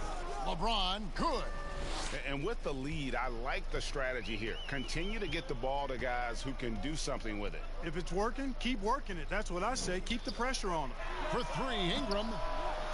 Morris with the rebound. The edge on the glass is the difference. It's allowed them to build this lead. And really a reflection of their superior effort level to this point.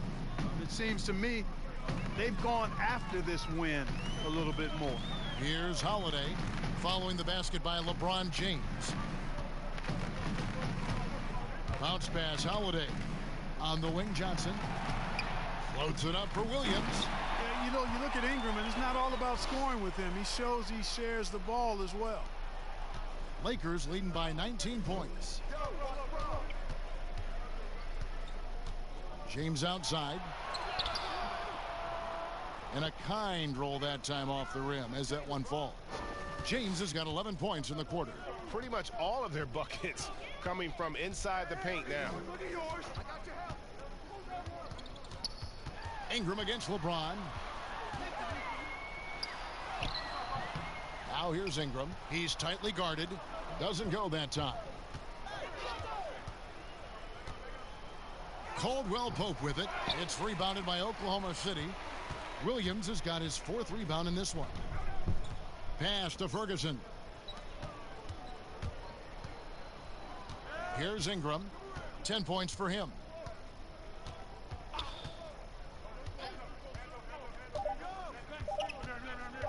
From deep.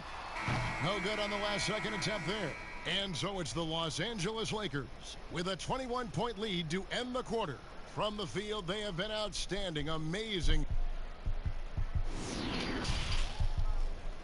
It's the 2K Sports Halftime Show. Ernie Johnson. LeBron James had it going on in the first quarter. He ended up with 19 points, 5 rebounds, and that's all for now. Say goodbye to the folks.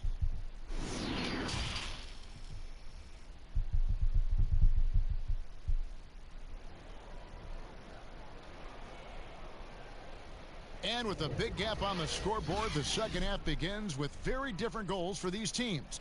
One side trying to mount a comeback, one side trying to protect their lead.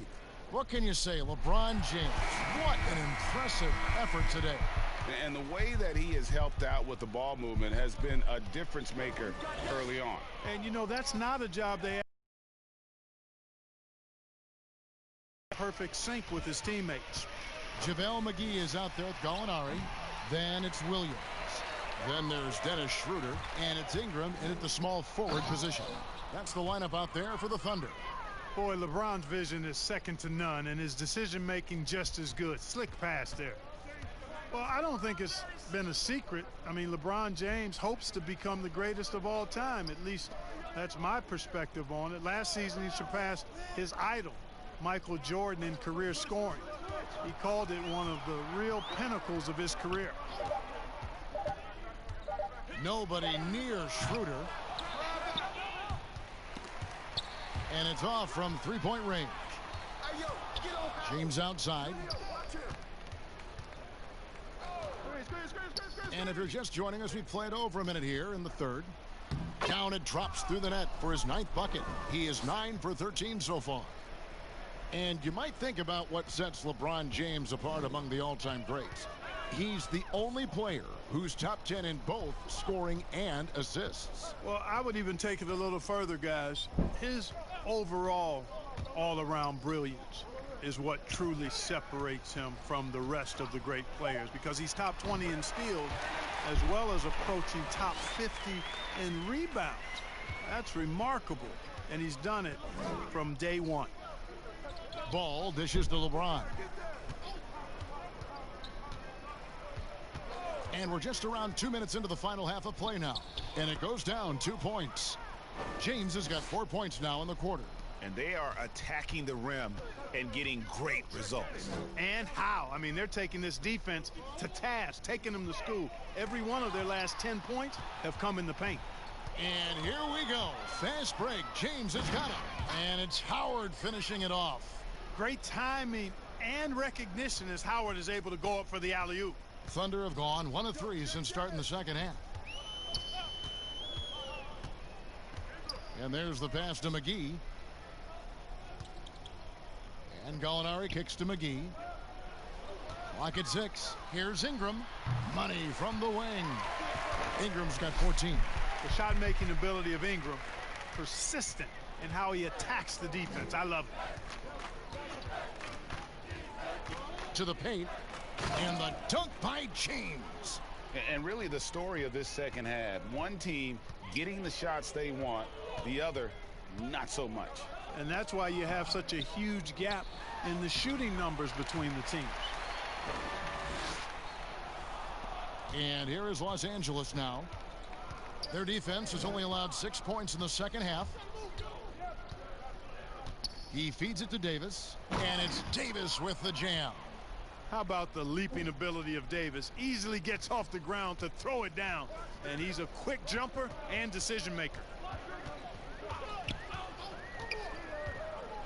In the third quarter with just over 3.5 minutes off the clock. McGee finds Gallinari. Off target from outside. And he didn't punish them for the weak coverage there, but they can't count on him to continue missing. And James throws it down. Another one of those special nights for LeBron. I mean, you know, if he sticks around till he's an older fella, that all-time scoring career mark, wow, might be in jeopardy. Now a timeout called by Oklahoma City. Analytics, Clark, are such a major factor for coaching staffs and scouting staffs, and plenty of micro-analysis to go around, but some statistics can actually be a little bit misleading, don't you think? Yeah, I agree with you, Kevin, and you can torture the numbers to say whatever you want them to say, so you have to be careful. I think there's a great place for analytics in the game. It's very useful in some areas, but you have to balance it. There has to be a blend there. Take, for instance, shot blocking. Just because you don't block a shot, that sometimes can dismiss what changing shots do to a team's defense or for a team's defense. The number of threes being taken. Effective field goal percentage is more important than raw field goal percentage because of threes. Ingram against LeBron. Now here's Ingram. Defense right on him. Pass to Gilgeous-Alexander. Oklahoma City needs to get off a shot. And it's Schroeder missing. Having a hand up in your face makes such a difference to a shooter. And, you know, he's a guy who knows how to defend the three-point shot. He's not going to just give it to you. He's going to make you earn it. Now here's Gilgeous-Alexander. He's covered by Ball. And again, Oklahoma City, no good. The drive by James. That falls. Nice feed that time from Ball. Ball's got 5 assists in the game. They've been looking out of sync offensively. Yeah, their offense has ground to a standstill. Gilgeous-Alexander passes to Ingram. They need this one. It's not going to go for him. Great D that time from James. They've shown some strength in the paint today. Their work on the boards has been impressive. Guys, that's putting it mildly. I mean, they've been absolutely dominant. Pressuring the ball and making a play that created the opportunity. You know, you push it after a steal, there's almost no chance the defense can get back and recover. Trying to get open is Davis. James with the bucket. James has got 12 points now in the quarter. Every time they get scored on during this run, it's come from inside the paint. Ingram dishes to Gallinari. To the middle, here's McGee. And Davis pulls it down. Davis has got his 4th rebound with that last one here tonight. Now, here's Ball. Fires for 3. It's rebounded by Oklahoma City. Ingram's got his 4th rebound with that last one here tonight. To the inside. McGee fouled on the shot and picks up 2 points. So 1 free throw coming up. Very tough hoop there from McGee. Even though he's in tight, guys, it takes a lot of focus to convert over that kind of defense. And, guys, let's get your take on the scoring breakdown for the Lakers. Guys, the passing we've seen from them has been tremendous. Very unselfish. One shot. Yeah, but don't forget about their points in the paint because those have been big. And the Thunder making a change here. Johnson's checked in. And the free throw, no good. LA has gone 0 of 2 from deep to start things here in the second half. Here's LeBron. The shot off that time. And Gilgeous-Alexander's got the ball here for Oklahoma City. And after this one, they're home against Minnesota. That game will conclude a 3-game homestand. Now ball. James looking it over. Outside, Green. Good, and the assist goes to James. LeBron's got assist number 10 tonight with that last one. And Green is a world-class sniper, laser, an excellent shooter. Great at getting his puppy set on these shots from deep. McGee finds Schroeder. Over ball. And again, Oklahoma City, no good. LA's gone 1 of 3 from downtown since halftime. 59 seconds left here in the third quarter. Excellent D that time there from McGee. And that is a textbook example of how to defend your rim. And you know, guys, I love his fight and grit on the interior. I mean, he never lets a shot go uncontested. And the basket by Johnson. And defensively, they are on their heels every time the ball comes inside. Yeah, I think they've got to ramp up the aggressiveness, Greg. I mean, if they don't, things are just going to get worse from here. And the ball travels out of bounds. It was last touched by Schroeder. Rajon Rondo is checked in for ball.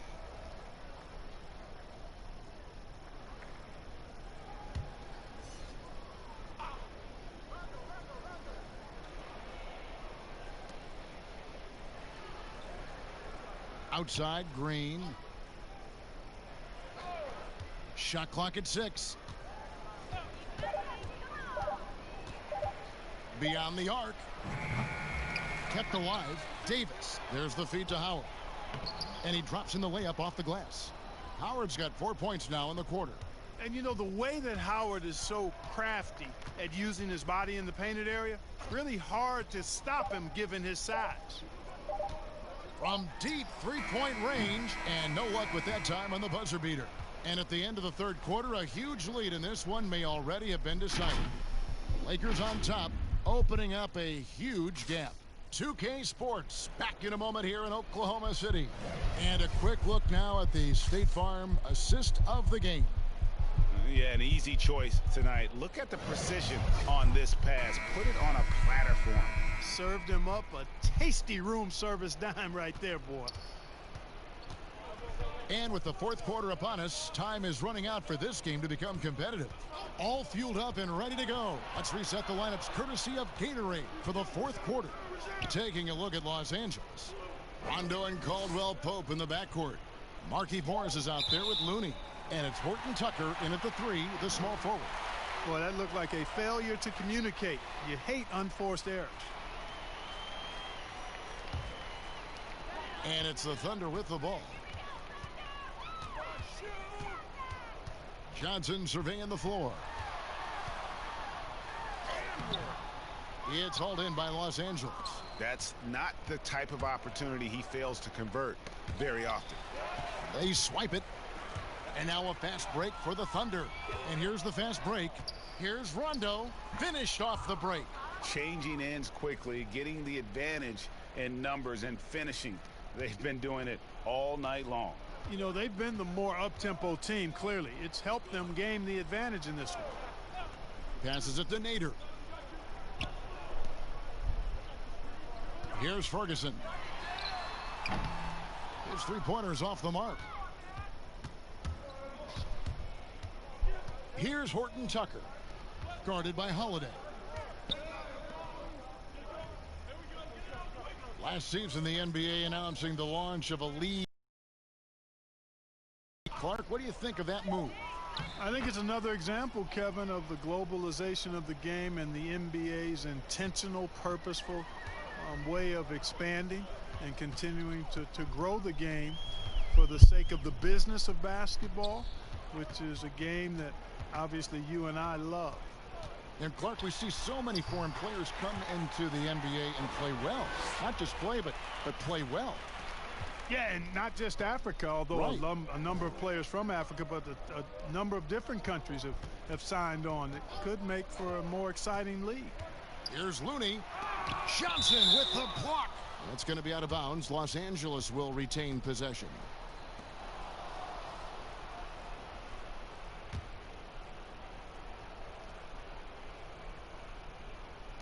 Thunder on D.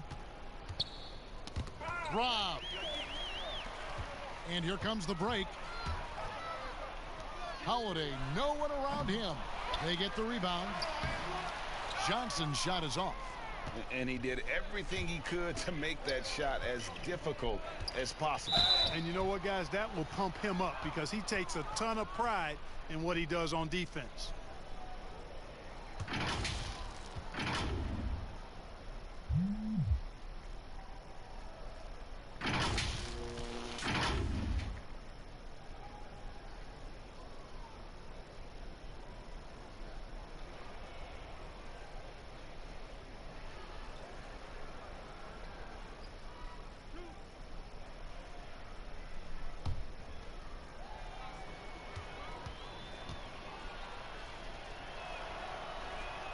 And the first one at the line is good. But for a while now, you and I were just talking, we've had a rule that a team cannot go without a first-round pick in consecutive years. Could it be time to lift that restriction? I certainly wouldn't mind discussing lifting the restriction, but I like it as it is on the books because it does lend itself, I think, to competitive balance. And that's important in the strength of a league. To the paint, here's Nader. That's in there. Johnson with the assist. Nader's got his first points of the night. And it's all about the release when you shoot the floater. Holiday against Rondo. The rebound by Johnson. Johnson's got his fourth rebound in this one. He kicks it to Holiday. Back to Johnson. Outside Holiday. Pass to Ferguson. Shot clock at 5. Over Morris. Ferguson misses. For Los Angeles, they've gone 2 of 4 from the field since we started the final quarter of play. Caldwell Pope passes to Horton Tucker. Inside. Fades back. And the Lakers with another miss. Oklahoma City's gotten off to an 0 for 2 start from downtown here in the fourth quarter. The pass to Holiday. Johnson inside. Looney on him. Johnson dishes to Holiday. It's hauled in by Los Angeles. Looney's got his 6th rebound on the night. For 3, Caldwell Pope hits the three-point bomb. Very effective at spacing the floor. Kentavious Caldwell Pope has gone from an average outside shooter to a dangerous one. Feeds it to Johnson. Not going to go that time. And the Lakers going the other way now. And here's Rondo. Morris outside. Down low. Here's Looney. The lead pass was put in just the right spot. Big miscommunication on defense. He recognizes it and quickly takes advantage. Boy, the defense looks shell-shocked. I mean, they're on the ropes right now, on their heels. Morris against Johnson. Pass to Ferguson. The 3-ball. And it's Looney with the rebound. For Los Angeles, they've gone 4 of 7 from the field since the beginning of the fourth. Here's Horton Tucker. Again, Los Angeles. Offensively, defensively, they are in total control. And don't leave out the coaching staff here now. I mean, their game plan has been perfect. Holiday surveying the floor. Clark, there are strong divisions and there are weak divisions, and the NBA might be considering removing divisions altogether and having only 2 conferences. What do you think? You know, that's interesting. I like the divisions because that's what we've been accustomed to, but just having straight conferences, I wouldn't see much harm in that to adjust the schedule accordingly in terms of how many games you play within the conference and how many times each opponent, but I think that could work.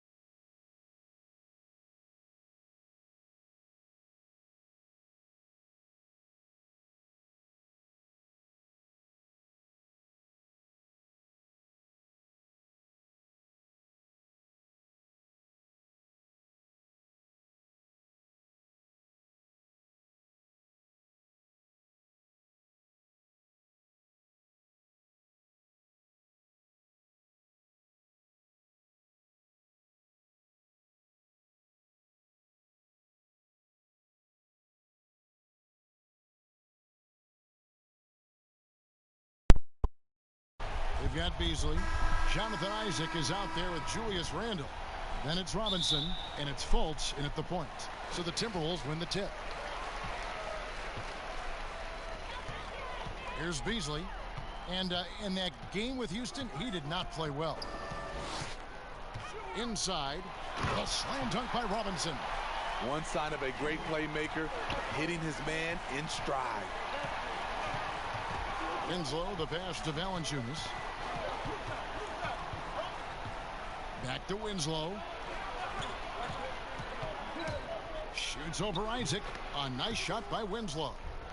The entire offseason leading up to tonight, Steve, as a player, do you already know if your team has a chance to be special this early? You know, Kevin, yeah, you do. And I think the teams that I've been on and teams that you see and saying we don't have a chance to win, you try to trick yourself. You're looking at management ownership. Can we make a deal throughout this year to get us in contention? But you got to be realistic. You know the team that you don't have a chance to win the championship. Pass to Jackson. Kicks to Valanciunas. Pass to Winslow. Just 5 to shoot. Softly drops in the floater. Winslow's got his second basket of the game. Coming hard on the drive. Winslow daring someone to get in his way. Outside Robinson. And Beasley, here we go. Passes it to Isaac. Here's Fultz. Score the basket. Nice shot after missing his first attempt. And Fultz is a threat in the screen and roll. If you give him any space to shoot off that screen, he's going to rise and fire. On the pass to Winslow. Lets the three fly. Offensive rebound. Brooks. And the call on the shot that sends him to the line. The Grizzlies shooting their first free throws tonight. The first trip to the stripe in this one.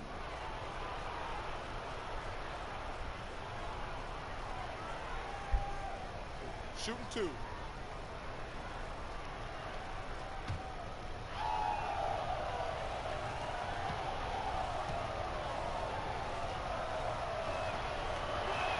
The first free throw is good.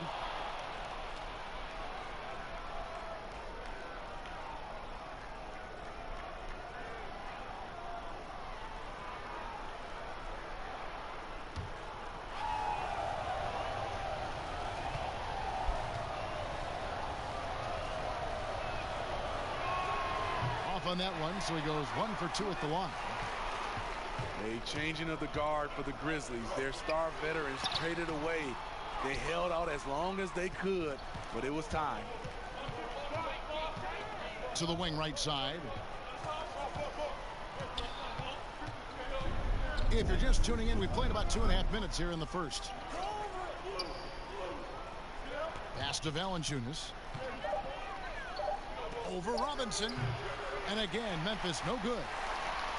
And those great veterans, Marc Gasol, Mike Conley, Tony Allen, Zach Randolph had become a part of the fabric, Steve, of the Grizzlies franchise and the city of Memphis.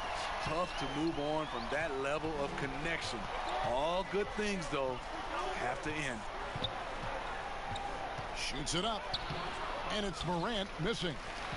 And the pressure he put on that shot forced the miscue.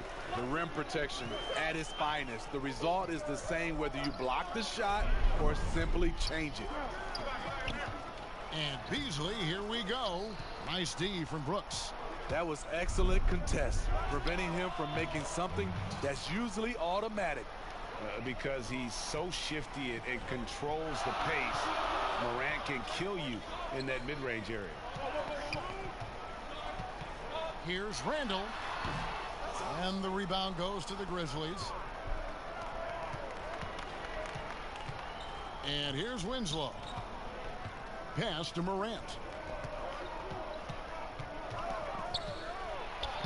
Banked in off the glass.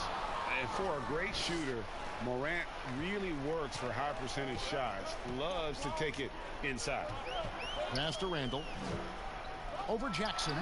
That's good from Randall on the assist from Fultz. Oh, the turnaround jumper. That was just beautiful. Memphis trailing here. Now here's Morant. He had a 21-point outing in their last game against Portland. And no one on defense could stay in front of him. He continually got pummeled and kept getting back to the stripe. Beasley dishes to Fultz.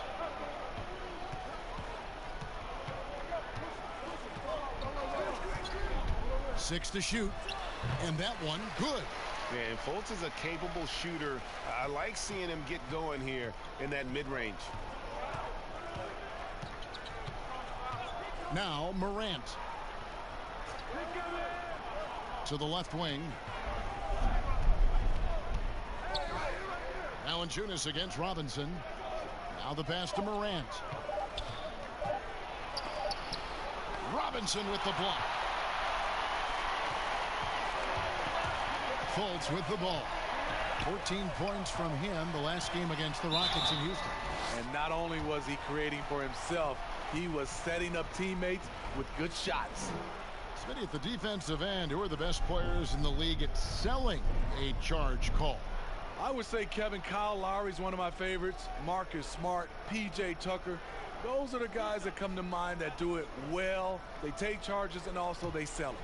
Yeah, Tucker in particular, and I love Lowry, but Tucker, he'll take it, and you know it hurts, but he takes it every game and multiple times a game, right? I mean, wow. Yes, indeed. And the length and speed of Fultz makes him deadly. Excellent at shooting the ball and a super aggressive defender.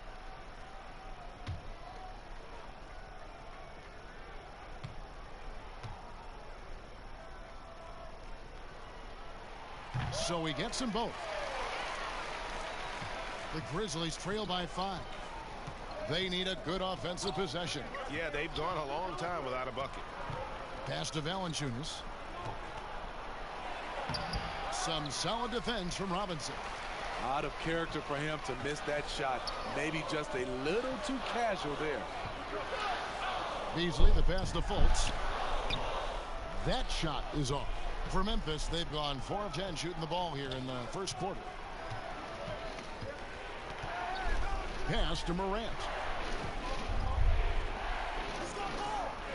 Here is Brooks. He had a 21-point outing in their last game against Portland.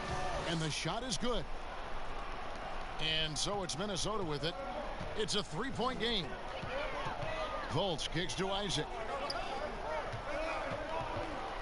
Here's Randall, and a lot of contact on that one, so he'll shoot 2 here. That's on Jaren Jackson. The 7th pick back in 2014. Julius Randle goes about, 6'9", 240 pounds, Smitty. And he is one tough customer. Yes, indeed, Kevin. A bruising paint present Julius Randle is. When he attacks the rim, he'll bulldoze defenders right out of the way.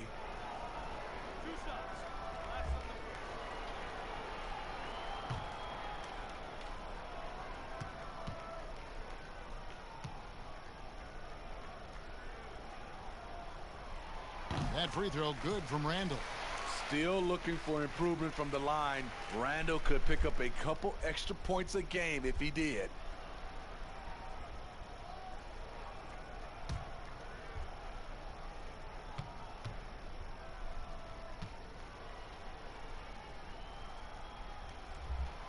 Both free throws good from Randall. The Grizzlies trail by 5. And here's Morant.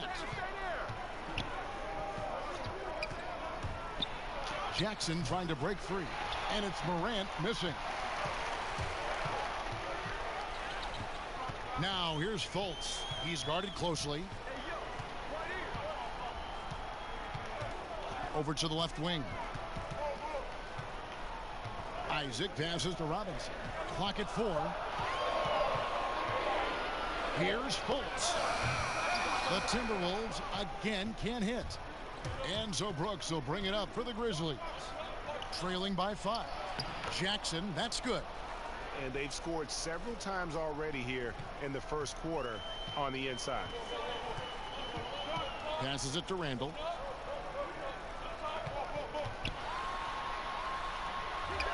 Up and in on the layup. Randall's got 8. That's 3 out of 4 now, and you can see his confidence already building. The Grizzlies trail by 5. High arcing shot, and it's Morant missing. And this quarter, he has clearly been off the mark. And Randall throws it down. Apparently, no one willing to step in Randall's way, and you can see why. Here's Morant. Beasley with the rebound. What I like, he hasn't stopped competing despite the off night. And there's Fultz on the assist by Beasley. And now it's a 9-point Timberwolves lead. Oh, this is the kind of start they were hoping for. The pass to Morant. 44 seconds left in the first quarter. Yeah, with that little pump fake, Morant has a sneaky way of initiating contact. This is his first trip to the line tonight.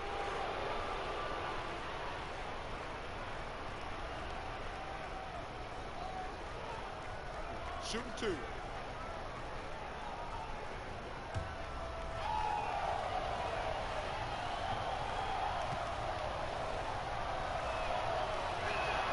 That's good from Morant. And the potential of Morant is sky high. A dynamic guard.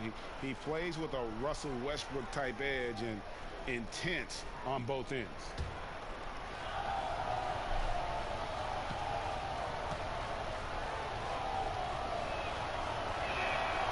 And he can't hit the second. They've been beating them to a lot of those loose balls and rebounds here to start. They've been excellent so far, coming in with a well-balanced attack. And it's helped them build an early lead. They just need to stay aggressive. And here we go. Fultz heading to the basket. Drops in the breakaway layup. Fultz has got 13 points. And just a great job of controlling that defensive backboard, then getting out in transition. That's been the difference. There's Winslow. Lays it up and banks it in. Well, for Memphis, their last game, a loss to the Trailblazers in Portland. Pass to Randall. Tries again, and it's good on the way in. He's got 12. This is one of the things you love about Randall. Relentless on the offensive glass. And so it's the Minnesota Timberwolves. 13 points up at the end of the period. They've been putting on a clinic in the paint. Shots are falling with regularity, and they are pounding it down low. Don't go anywhere. We'll be right back. And welcome back to the second quarter of action. Plenty of basketball left to play, but this one has been one-sided so far. And a comfortable margin for the Timberwolves here, guys. Well, you have to love what they've done offensively after that first period. Crushing it, absolutely crushing it. Shooting lights out, building a big lead here early on. So on the floor for Memphis. Anderson is out there with Brooks. Then there's Jonas Valanciunas. Then it's Jones. Just 2 to shoot. Nice shot by Brooks. Timberwolves leading by 11. Floats it up for Randall. He's part of that much anticipated 2014 draft class. Randall's outplayed several guys taken ahead of him. Left side, Jones. Here's Valanciunas. Rebound, Minnesota. It's a +5 advantage for them in rebounding after that one. Trier. Here's Randall. Count that as his 7th field goal in 9 tries. He's shooting 78%. And of the last 6 baskets, 5 have come on the interior. This is just smash mouth physical basketball, guys. Fires it up. The second chance effort. Fouled in the act of shooting. Gets the bucket anyway, so a 3-point play chance for him. And a nice job of tracking that miss by Valanciunas. And steady improvement, Smitty, for Lithuanian big man Jonas Valanciunas. You look at his per-minute numbers, pretty impressive. They are. He'll give you 20 and 10 with 30 minutes a night. But in today's game, it's so perimeter-oriented. Will he get that opportunity? One shot.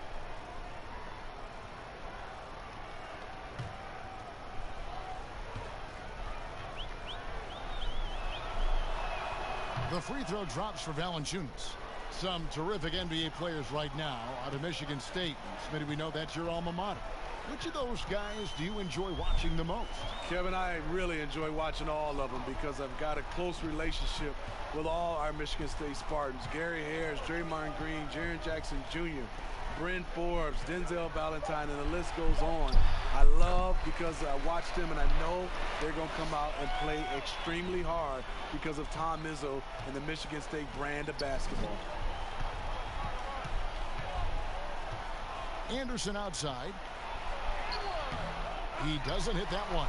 So Minnesota will take it the other way. They'll be off to Oklahoma City for a meeting with the Thunder after this one. That sets off a 5-game tour for him. Yeah, well, he's going to have some explaining to do on the sideline about why he took that shot. Low percentage chance. If it's not there, give up the rock. Trust your teammates. Three-pointer, Brooks. The Grizzlies with another miss. Timberwolves leading by 14. Pass to Okogie from beyond the arc. And Valanciunas pulls it down. Looking at the last game for the Minnesota Timberwolves, it was a loss to the Rockets. Outside, Jones. Out to the right wing. Here's Valanciunas. Off the mark with the outside fadeaway. They keep calling his number, which is partly how they dug this hole. 2 points. That one goes. They're finding lanes to the hoop now with consistency. 5 buckets in a row from the paint. Out left to the wing.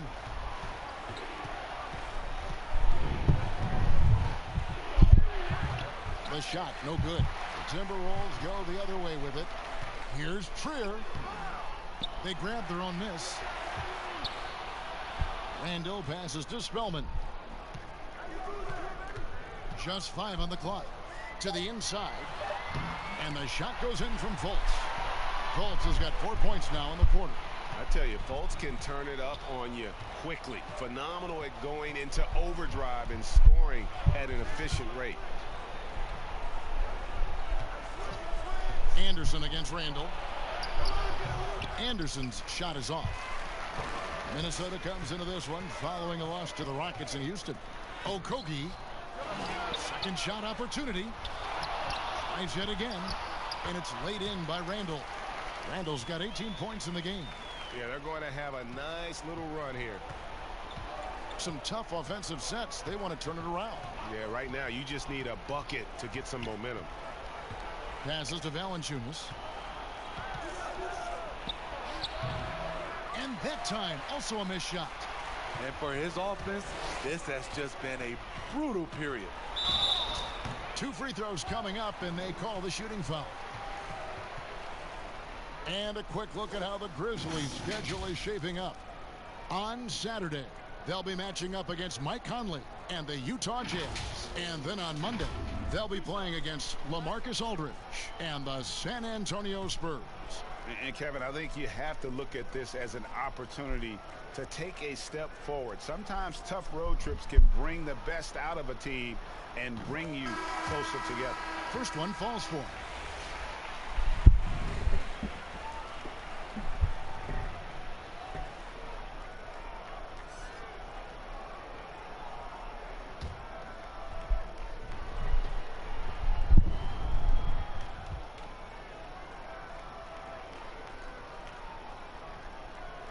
That one falls, so he hits both of them.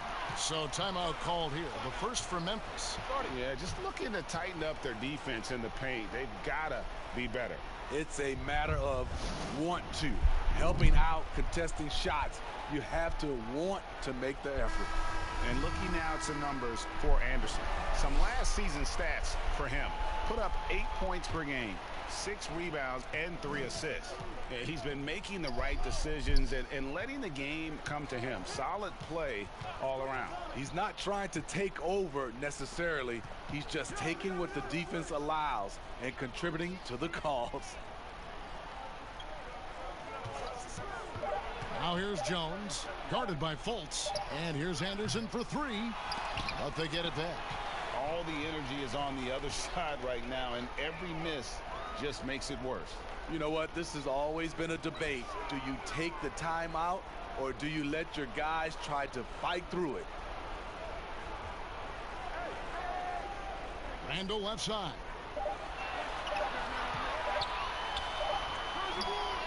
It's rebounded by Memphis. Anderson outside. He kicks to Clark.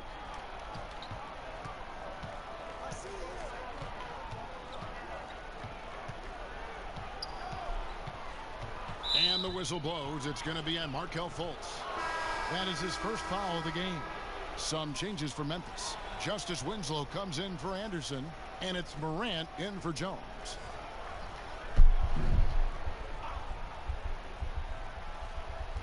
And the Grizzlies with possession here. Here's Morant. Off the mark, and the drop continues. Timberwolves leading by 22.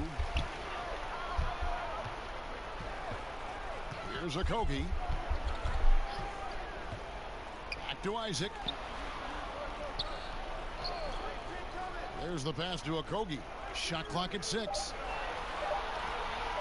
From deep. And Winslow pulls it down. And he's trying to shoot his way out of it. You know, they have the lead, but honestly, I think it might help if he be a little bit more selective tonight. Justice Winslow has done an excellent job of being unselfish and making the right play. Here's Okogie.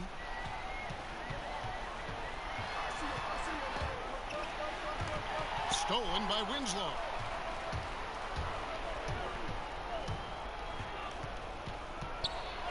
Score the basket. His 4th. He's only missed 1 of his 5 shots tonight. Well, you'll never see Winslow shy away from physical play. In fact, more often than not, he initiates it. Here's Okogie. Brooks covering. Fires the 3. That one, no good. And Memphis the other way now. It's off to Utah for him after this game as they take on the Jazz. That is game 3 of this 4-game trip. And it's blocked, and he keeps control of the ball. Okogie inside the 3-point line. That's good. A tough shooting night. He's 2 for 8 and looking for more. The Grizzlies trail by 20. Now here's Morant. He has 7. Brooks outside. Shot from the low block, and the jumper falls for him. Brooks has got 4 points in the quarter. Well, it was the Memphis Grizzlies in their last game, a loss to the Trailblazers. Oh, and there's the alley-oop, and that's out of bounds. Minnesota will retain possession. And now, here's the 2K leaderboard with the teams that last season scored the most second-chance points in the NBA. In the 3rd spot, the Timberwolves. This was a team that was really savvy when it came to getting position under the boards and then getting those offensive putbacks. Here's Robinson. And the foul called on Amari Spellman. That is his first foul of the game. The Timberwolves making a switch here. Beasley's checked in.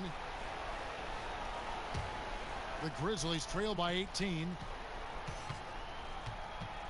Morant dishes to Jang. Kicks it to Clark. Lays it up and in on the nice reverse. Clark's got his first bucket of the night. Again and again, they're dissecting the defense and creating those high percentage looks from inside. Now 8 seconds separating the two clocks. Now Beasley. No points in the game yet for him. Just 4 to shoot. From about 19 feet, Brooks grabs the board. Brooks has got rebound number 5 here tonight from 11 feet away. And so it's Minnesota with a... The 2K Sports Halftime Show. Ernie Jones, a stellar first half for Julius Randle. He had 18 points and 5 rebounds. He's clearly shaken off his meat. And that's going to do it for us here. The second half of action is coming.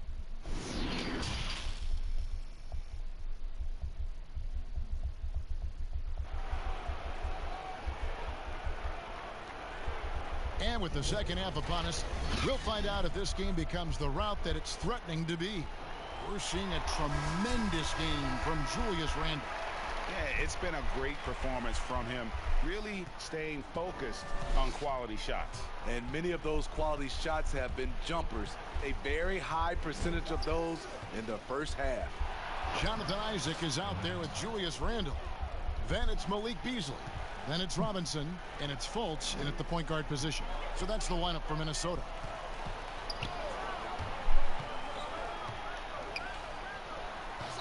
Grizzlies with the rebound.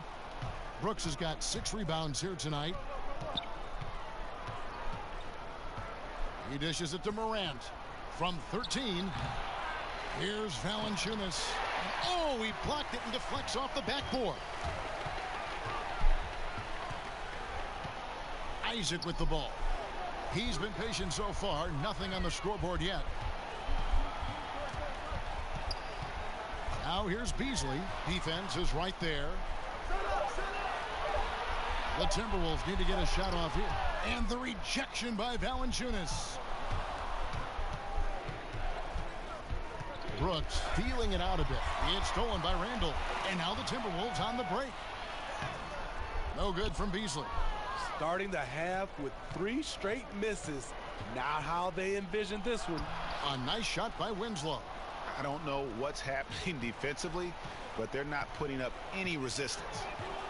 And for Justice Winslow, the former 10th overall pick out of Duke, he has transformed himself into a Swiss Army knife of a wing player. Gives you a bit of everything.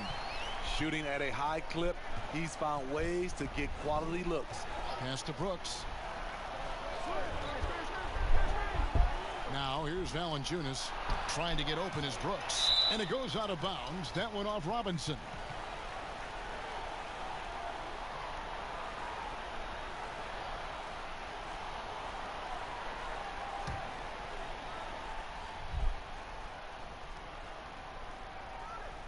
Two minutes into the second half of play now. Clock at 6. Floats one. It's stolen by Fultz. Beasley right side. It's deflected. Yeah, the offense scuffling a bit to start this second half. Only 1 for the first 5. Count that 1. And the Timberwolves lead has been cut down now to just 12 points with the basket from Brooks. You know, it's funny to think that not too long ago, Smitty, Winslow was viewed as a defensive specialist. And in all fairness, that was not too long ago, like you said, Kevin. But what I like now, his playmaking has improved to where he can create for others. And he's getting more and more confident on his threes and scoring. Drops in the tray.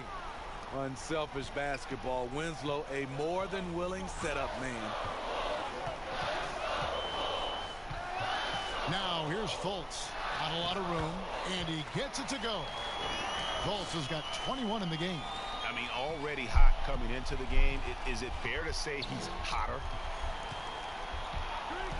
Pass to Morant.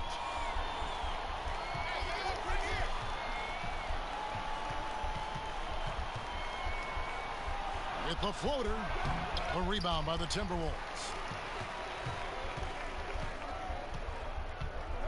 Beasley outside. Poked loose. Stolen by Winslow. And oh, here we go. Brooks got it. The fast break chance. And that one's good. Morant. And his competitiveness showing through. That's an aggressive finish. He is just unwilling to settle. He gets right to the rim and makes sure they come away with points. Randall no good. The Grizzlies trail by 9. Winslow, the pass to Morant. Feeds it to Jackson. Memphis moving that ball around. And here's Morant. He's got 11. To the middle. Stolen by Robinson. To the paint. Here's Randall. No good. Shot missing. Some solid defense there from Jackson. Brooks outside. Passes it to Valanciunas.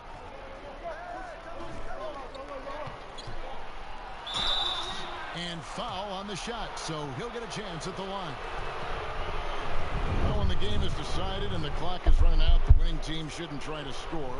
But we're seeing more of that these days. I'm not sure why. Kind of an unwritten rule. What do you think about that, Steve? Yeah, Kevin, it used to be. And I watch a lot of these players come in. The game is decided. You know, they're up 10 or down 10, and they're still out here dunking, shooting. Back in my day, Kevin, you get that little ugly look from the team, and then the next game you usually come up with a hard foul against you just to send a message. And he makes the first. For a player his size, Valanciunas has always been a good free throw shooter. We won't see a hack of Val anytime soon. Jones checked in for Morant.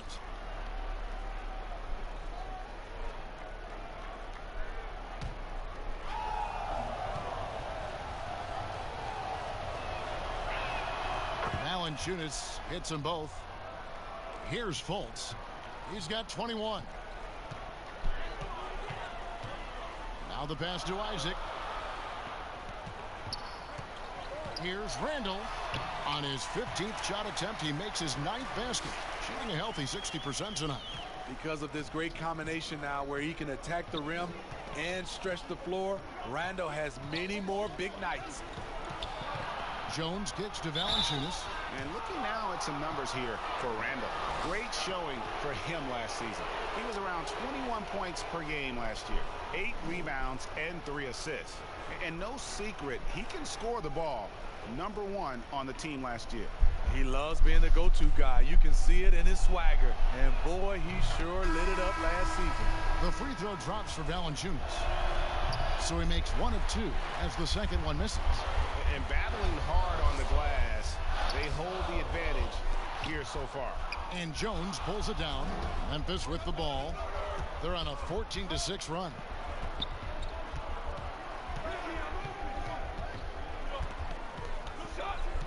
Pass to Valanciunas. Shoots a fader. Robinson pulls it in. Robinson's got double-digit rebounds now in the game. Isaac. A three-pointer, no good. And so it's Jones. He'll bring it up for the Memphis Grizzlies. Their defense has only allowed 6 points in the second half.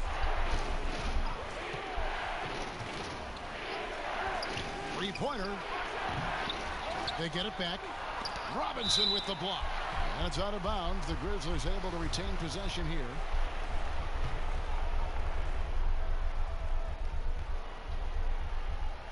Here's Jones. Here's Valanciunas. And foul on the shot. He'll shoot 2 at the free throw line. Like the way that Valanciunas worked his way to the line on that shot. Never let the defender get comfortable. And he may not be converting every chance he gets at the line, but at least he's creating those opportunities. Love the aggressiveness. Trier passes to Isaac. Back to Trier. Outside Robinson. Down to 5 on the shot clock. Back to Trier. Takes a three. It's rebounded by Memphis. Jackson's got his 5th rebound right now in the game. Jones, the pass to Valanciunas. Again with the block. A defensive stalwart so far. That's 6 blocks. Greg protecting the rim. Love the hustle.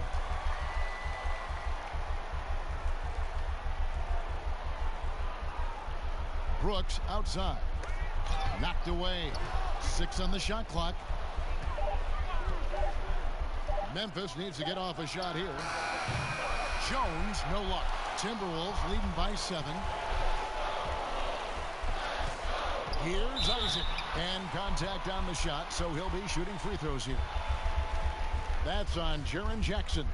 No doubt the size of Isaac is a problem for the defense. Excellent at using that long frame to draw contact. The 6th pick back in 2017, 6'10" Jonathan Isaac out of Florida State. Greg, what have you seen from him? Came in somewhat raw. Potential as a rangy defender. Offensively, though, still a ways to go. And he makes both free throws. And the overall skill set that Isaac possesses really off the charts. A big man who can run the floor, but also with that wingspan can defend the rim. Jones finds Brooks.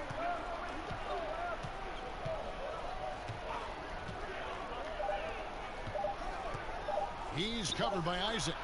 The Grizzlies with another miss. Timberwolves leading by 9. That one no good. Nice D from Brooks. Some tough offensive sets. They want to turn it around. Yeah, right now you just need a bucket to get some momentum.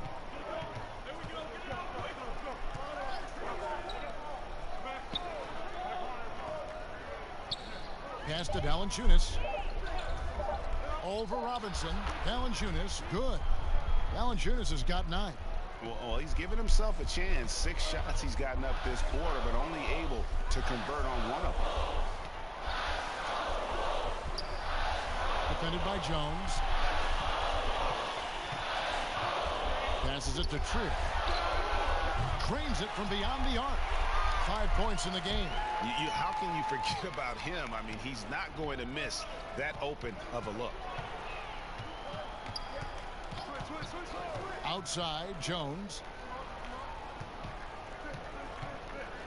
Valanciunas against Robinson. And he could not get that one to go. A lot of contact, and he'll go to the line for 2. He's so good at scoring inside. You know Valanciunas can get to the line. For the game, shooting 5 of 7 at the line. And taking a look back at his performance at the line a year ago, a rock solid 79%.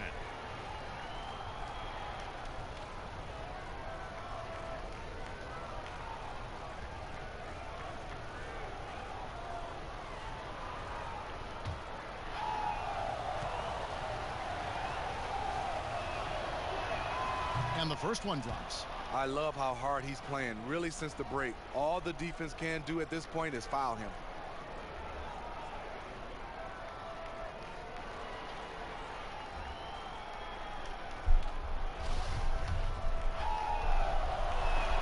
And so he makes both from the line. Just 1 second between the shot clock and game clock. Here's Trier. He's got 5.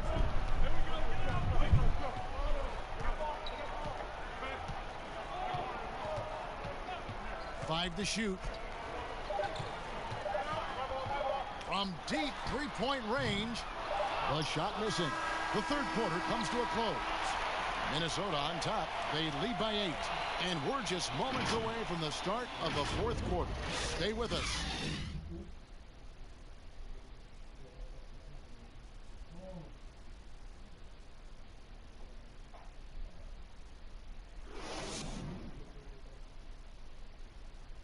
And now we have a moment to reveal our State Farm assist of the game.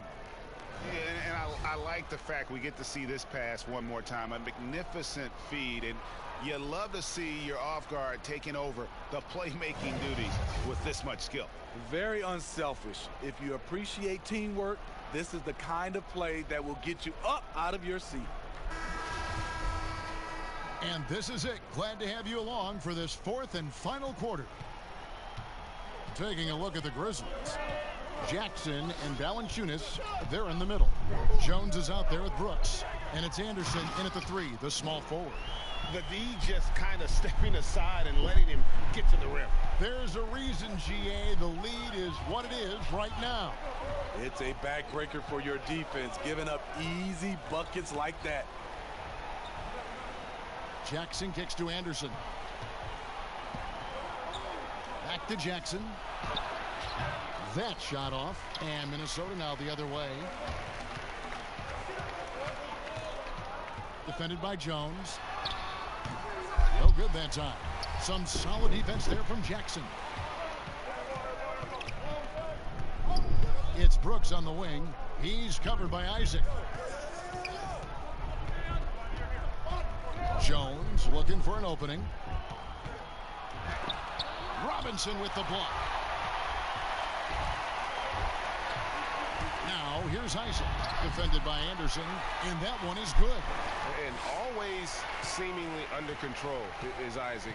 Even when he gets roughed up, he just manages to complete the play. The pass to Jackson.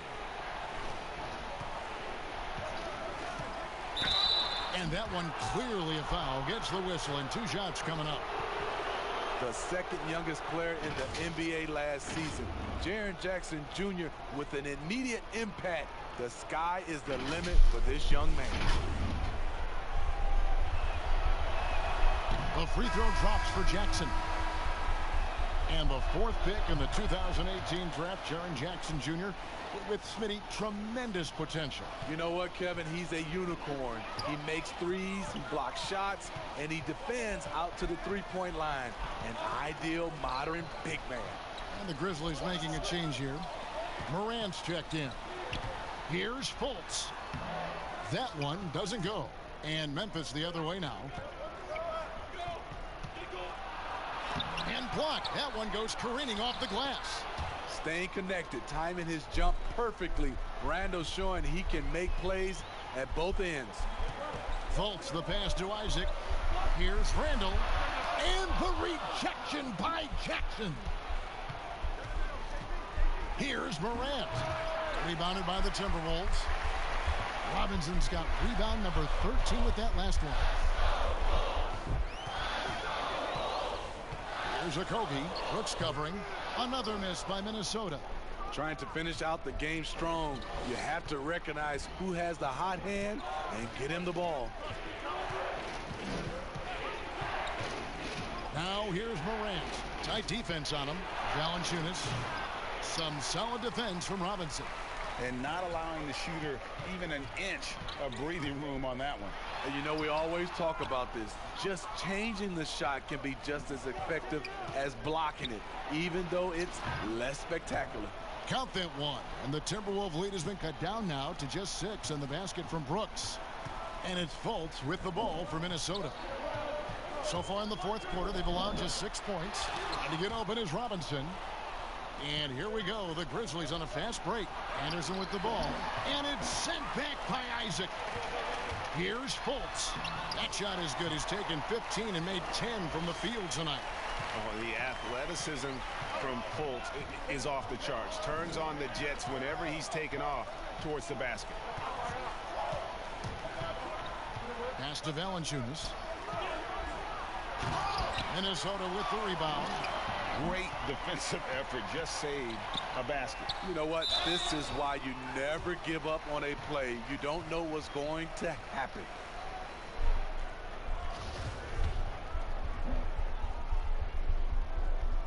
The first one falls. Winslow's checked in for the Grizzlies. He's off on the second. His inability to make shots has not brought this team down. That shows you their resourcefulness. Now here's Morant. Pass to Valanciunas. Over Robinson. They get it again. And the truth is, I've been there. He's trying to find the rhythm on his shot. He feels like he's close, and that's why he keeps shooting. Isaac misses. The Grizzlies trail by 9. Guys, they're looking for a way to score here. Yeah, they've had a tough time taking the lid off. Oh, and here we go. Isaac's got the fast break chance. And the basket by Okogie. Yeah, love watching Isaac find the open teammate. Has great floor awareness out there and just knows when one of his guys has a clean look. Now here's Morant, guarded closely.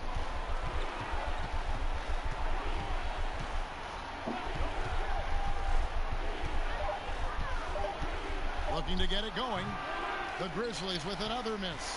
Timberwolves leading by 11. Here's Isaac.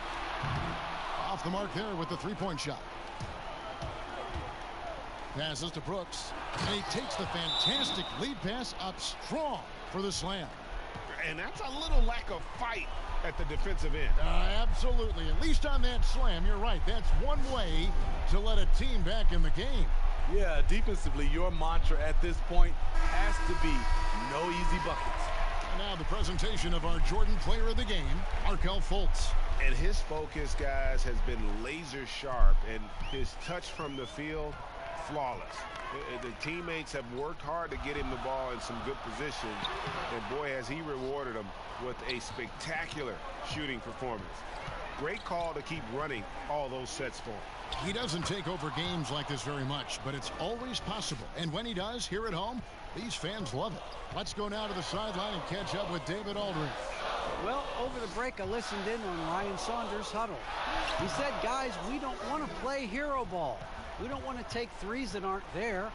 There are better options when you run the offense all the way through. Evan will see if they can make that adjustment. Shooting foul as the whistle blows. He'll shoot 2 free throws. Wow, he got whacked on that one. Shouldn't be much debate there.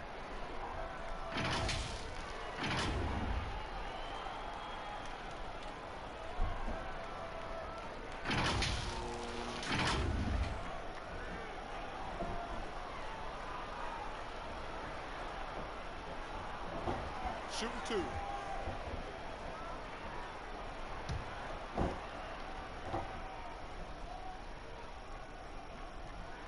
And he knocks down the first one.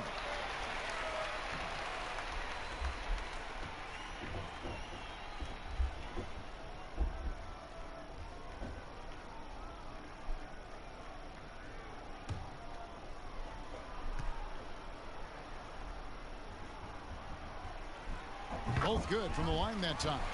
He's living there tonight, a tough guy to guard without fouling. And the bonus, he's going to knock him down. Now Morant.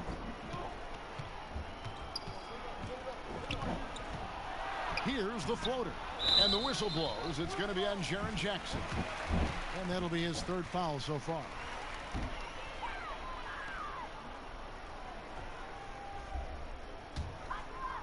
And so it's Rendell bringing it up now for the Minnesota Timberwolves. 22 is their biggest lead. Outside Robinson. Back to Fultz. Hits the mark. 2 free throws coming up, and they call the shooting foul. That one's on Morant. And Fultz is a menace inside. Superb at making the D foul him when he's this close to the basket. Well, we see these sponsorship patches on these uniforms now, Steve. This is the 3rd and final year of the test run. I think it's here to stay. What do you think? I do too. I think the numbers have also coincided that it's here to stay. I think also the revenue. I think people love it, and I think the sponsorship helps. There's Winslow. Rebounded by Isaac. Timberwolves leading by 11. Beasley kicks to Robinson. Isaac passes to Fultz. To the inside. Got a piece of it. Morant with the steal. And there's the pass to Winslow. Right wing. Some nice passing there by Memphis. That ball is good for another field goal. His 6th. He is 6 for 9 on the stat sheet. With Winslow, physical play doesn't necessarily take him out of his rhythm. Here's Fultz. The Timberwolves again can't hit. The Grizzlies trail by 9. On the wing, Winslow. He's covered by Isaac. Morant with it. Just 5 to shoot. Makes good on the step-back jumper. And the D just a step slow reacting to the step back. There's 53 seconds left to play here in the 4th. Laid in with a nice touch off the glass.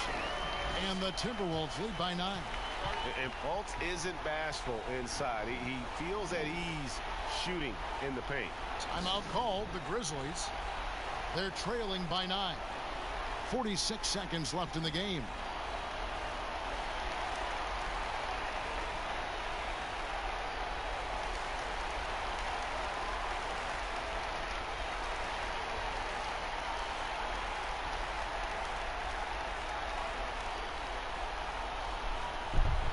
Whole new look on the floor for Minnesota.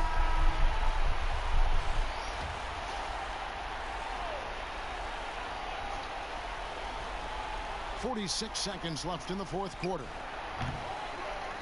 Melton, no good. Now the Timberwolves with it. They have a 9-point lead. Jerome, it's good. And it's just competing. You know, giving your best when it matters most. It's called killer instinct. It's one thing to be close at the end. It's another to finish. That's a nice read. The value of keeping your eyes up. 20 seconds left in the 4th quarter.